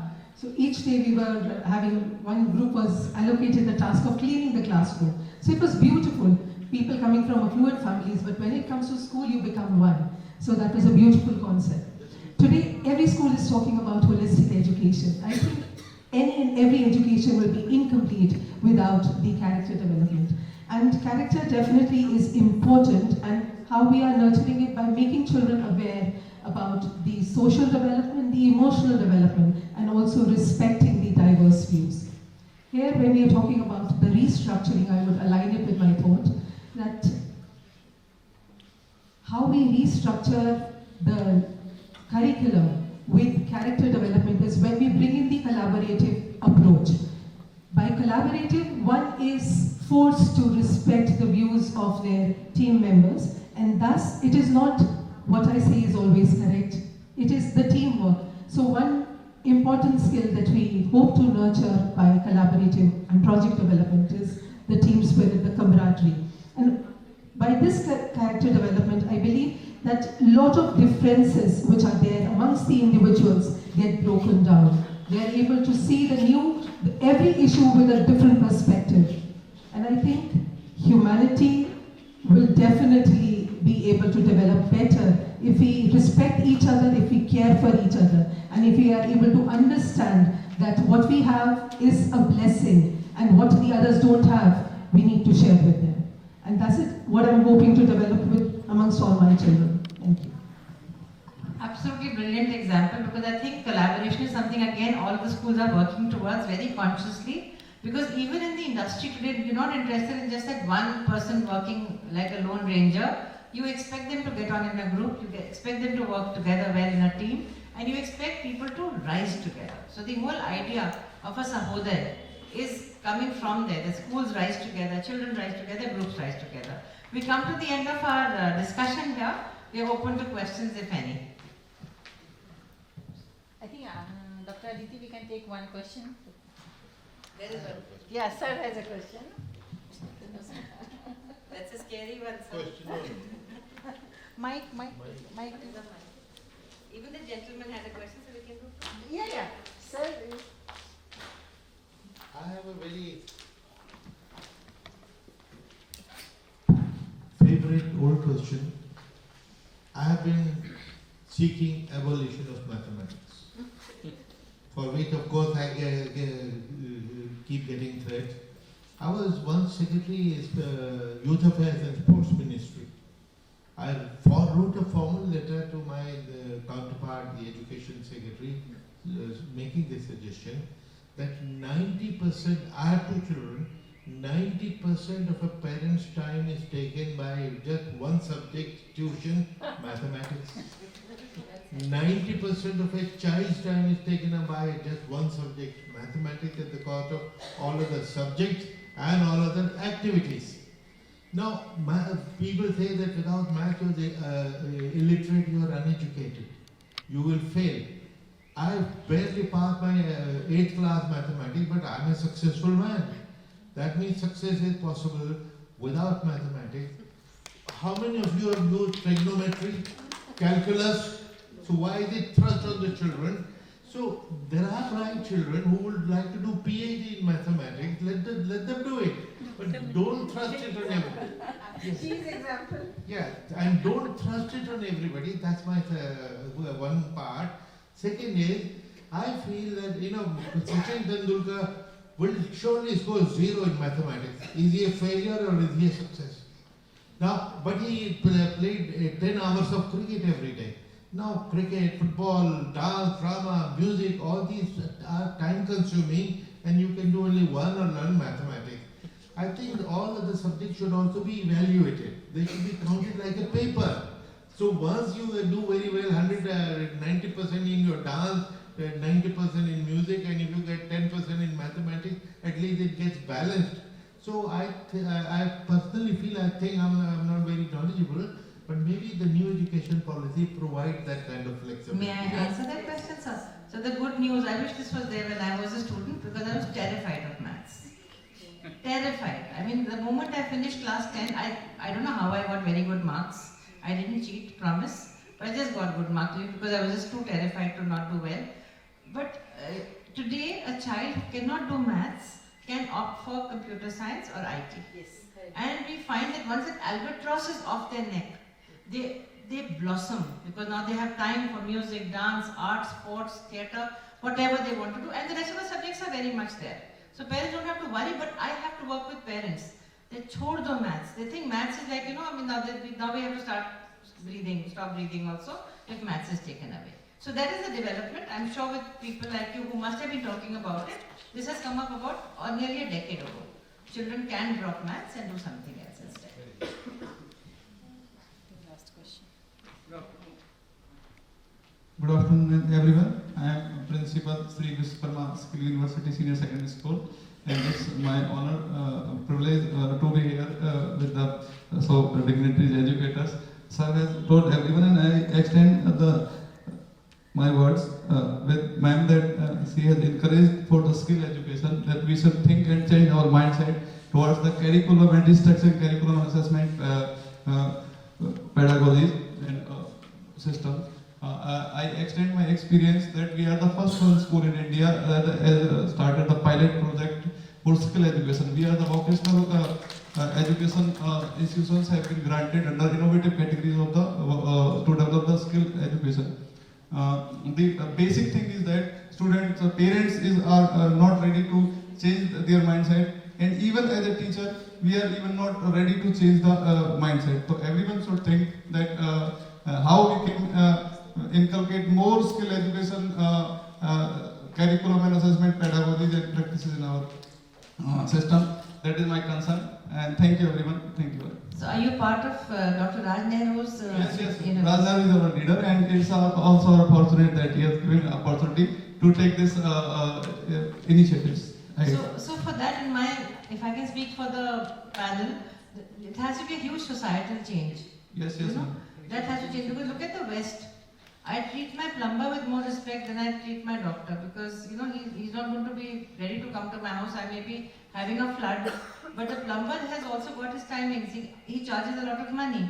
In our country, we unfortunately look down on certain jobs, which is high time to change, because we have some very, very creative people in all those walks. That they are getting into design thinking also. They're getting into interiors. So they hopefully in the next decade we can hope for a change, and skills probably will get their place in the sun. Sure, ma'am. Even CBSE, if I add more few words, CBSE asked us to for exposure visit of the 35 principles of the KVS and the previous institutions, and they just would like to know our system, that how we are developing the short-term courses. We have announced 32 numbers of short-term courses, like you are saying, plumbing, ma'am, and sort of other things, which we are just trying to, with the help of developing with the help of industry integrated model. That is, and we are going to be awarded by the Honorable Chief Minister for Good Governance Day on with this one model we have announced, first one. Thank you everyone. Can we all have a big round of applause for the moderator and the panelists for such an engaging session. I would like to request Sujata ma'am, Asha ma'am, Dean Law School, and Malvika ma'am to please felicitate our guest.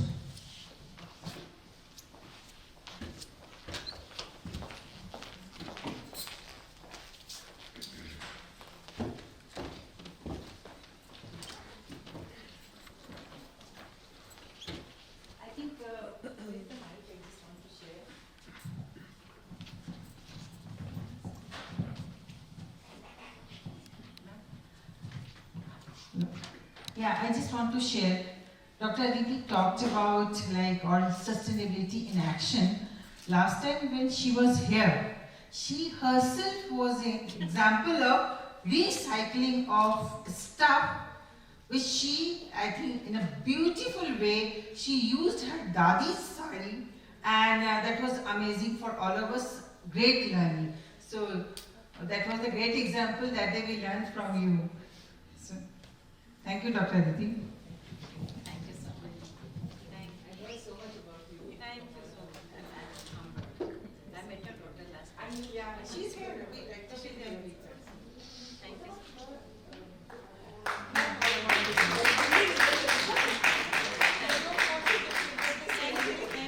Ms. Rima.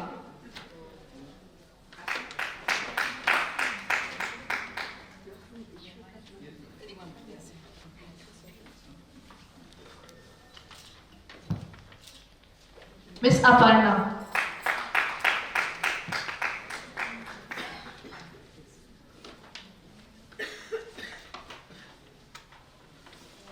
Just making sure the right name works. Okay. It's a beautiful gift.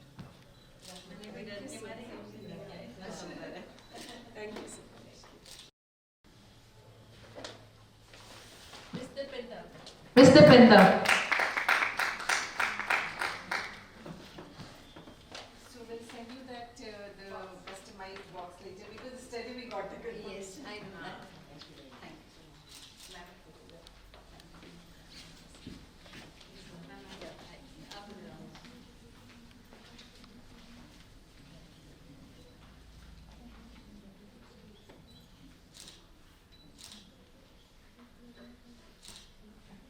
Thank you. So just wait. Yeah. We're waiting for your vote of thanks. Thank you is such a prayer that cannot be seen or touched. It must be felt by heart. I feel honored and privileged to get the opportunity to propose a vote of thanks on this special occasion. I would like to thank all the dignitaries, delegates and panelists who blessed us with their presence. I am also thankful to Dr. Abhita Wattal for accepting our warm invitation and gracing the event. Words are not enough to thank her constant support to shape the conference. I am, on behalf of organizing committee, convey deep regards and hearty thanks to our Honorable Vice Chancellor, Dr. Sujata Shahi, and the administrative staff who supported in all the possible manner to organize this conference. I would like to thank... Normally you are missing the team members, not I would like to thank our respected management and all the deans for their constant help and guidance that radiated a source of energy within us. We will always grateful and thankful for being with us today. I am very much thankful to all the faculty colleagues and non-teaching staff members who always stand by us and motivate us. And I am feeling very proud and thankful for making this event a successful one. An event is the dimension that cannot happen overnight. The wheels start rolling and months in advance. We have been fortunate enough to back by a team that was very motivated and dedicated faculties and volunteers. I cannot thank everyone enough for the involvement they have shown and the willingness they have expressed to take the completion of this task. I would like to thank the catering team. Without these guys, the event was not possible. At the end, I would like to thank all my co-conveners, Dr. Manisha, Dr. Anamika, Ms. Kritika, Ms. Nitika, Ms. Kirti Maheshwari, Charvi, and all PhD scholars. If the time is money, you have spent millions on us. Thank you all for your kind presence and enjoy the lunch at IILM campus and enjoy the campus life. Thank you.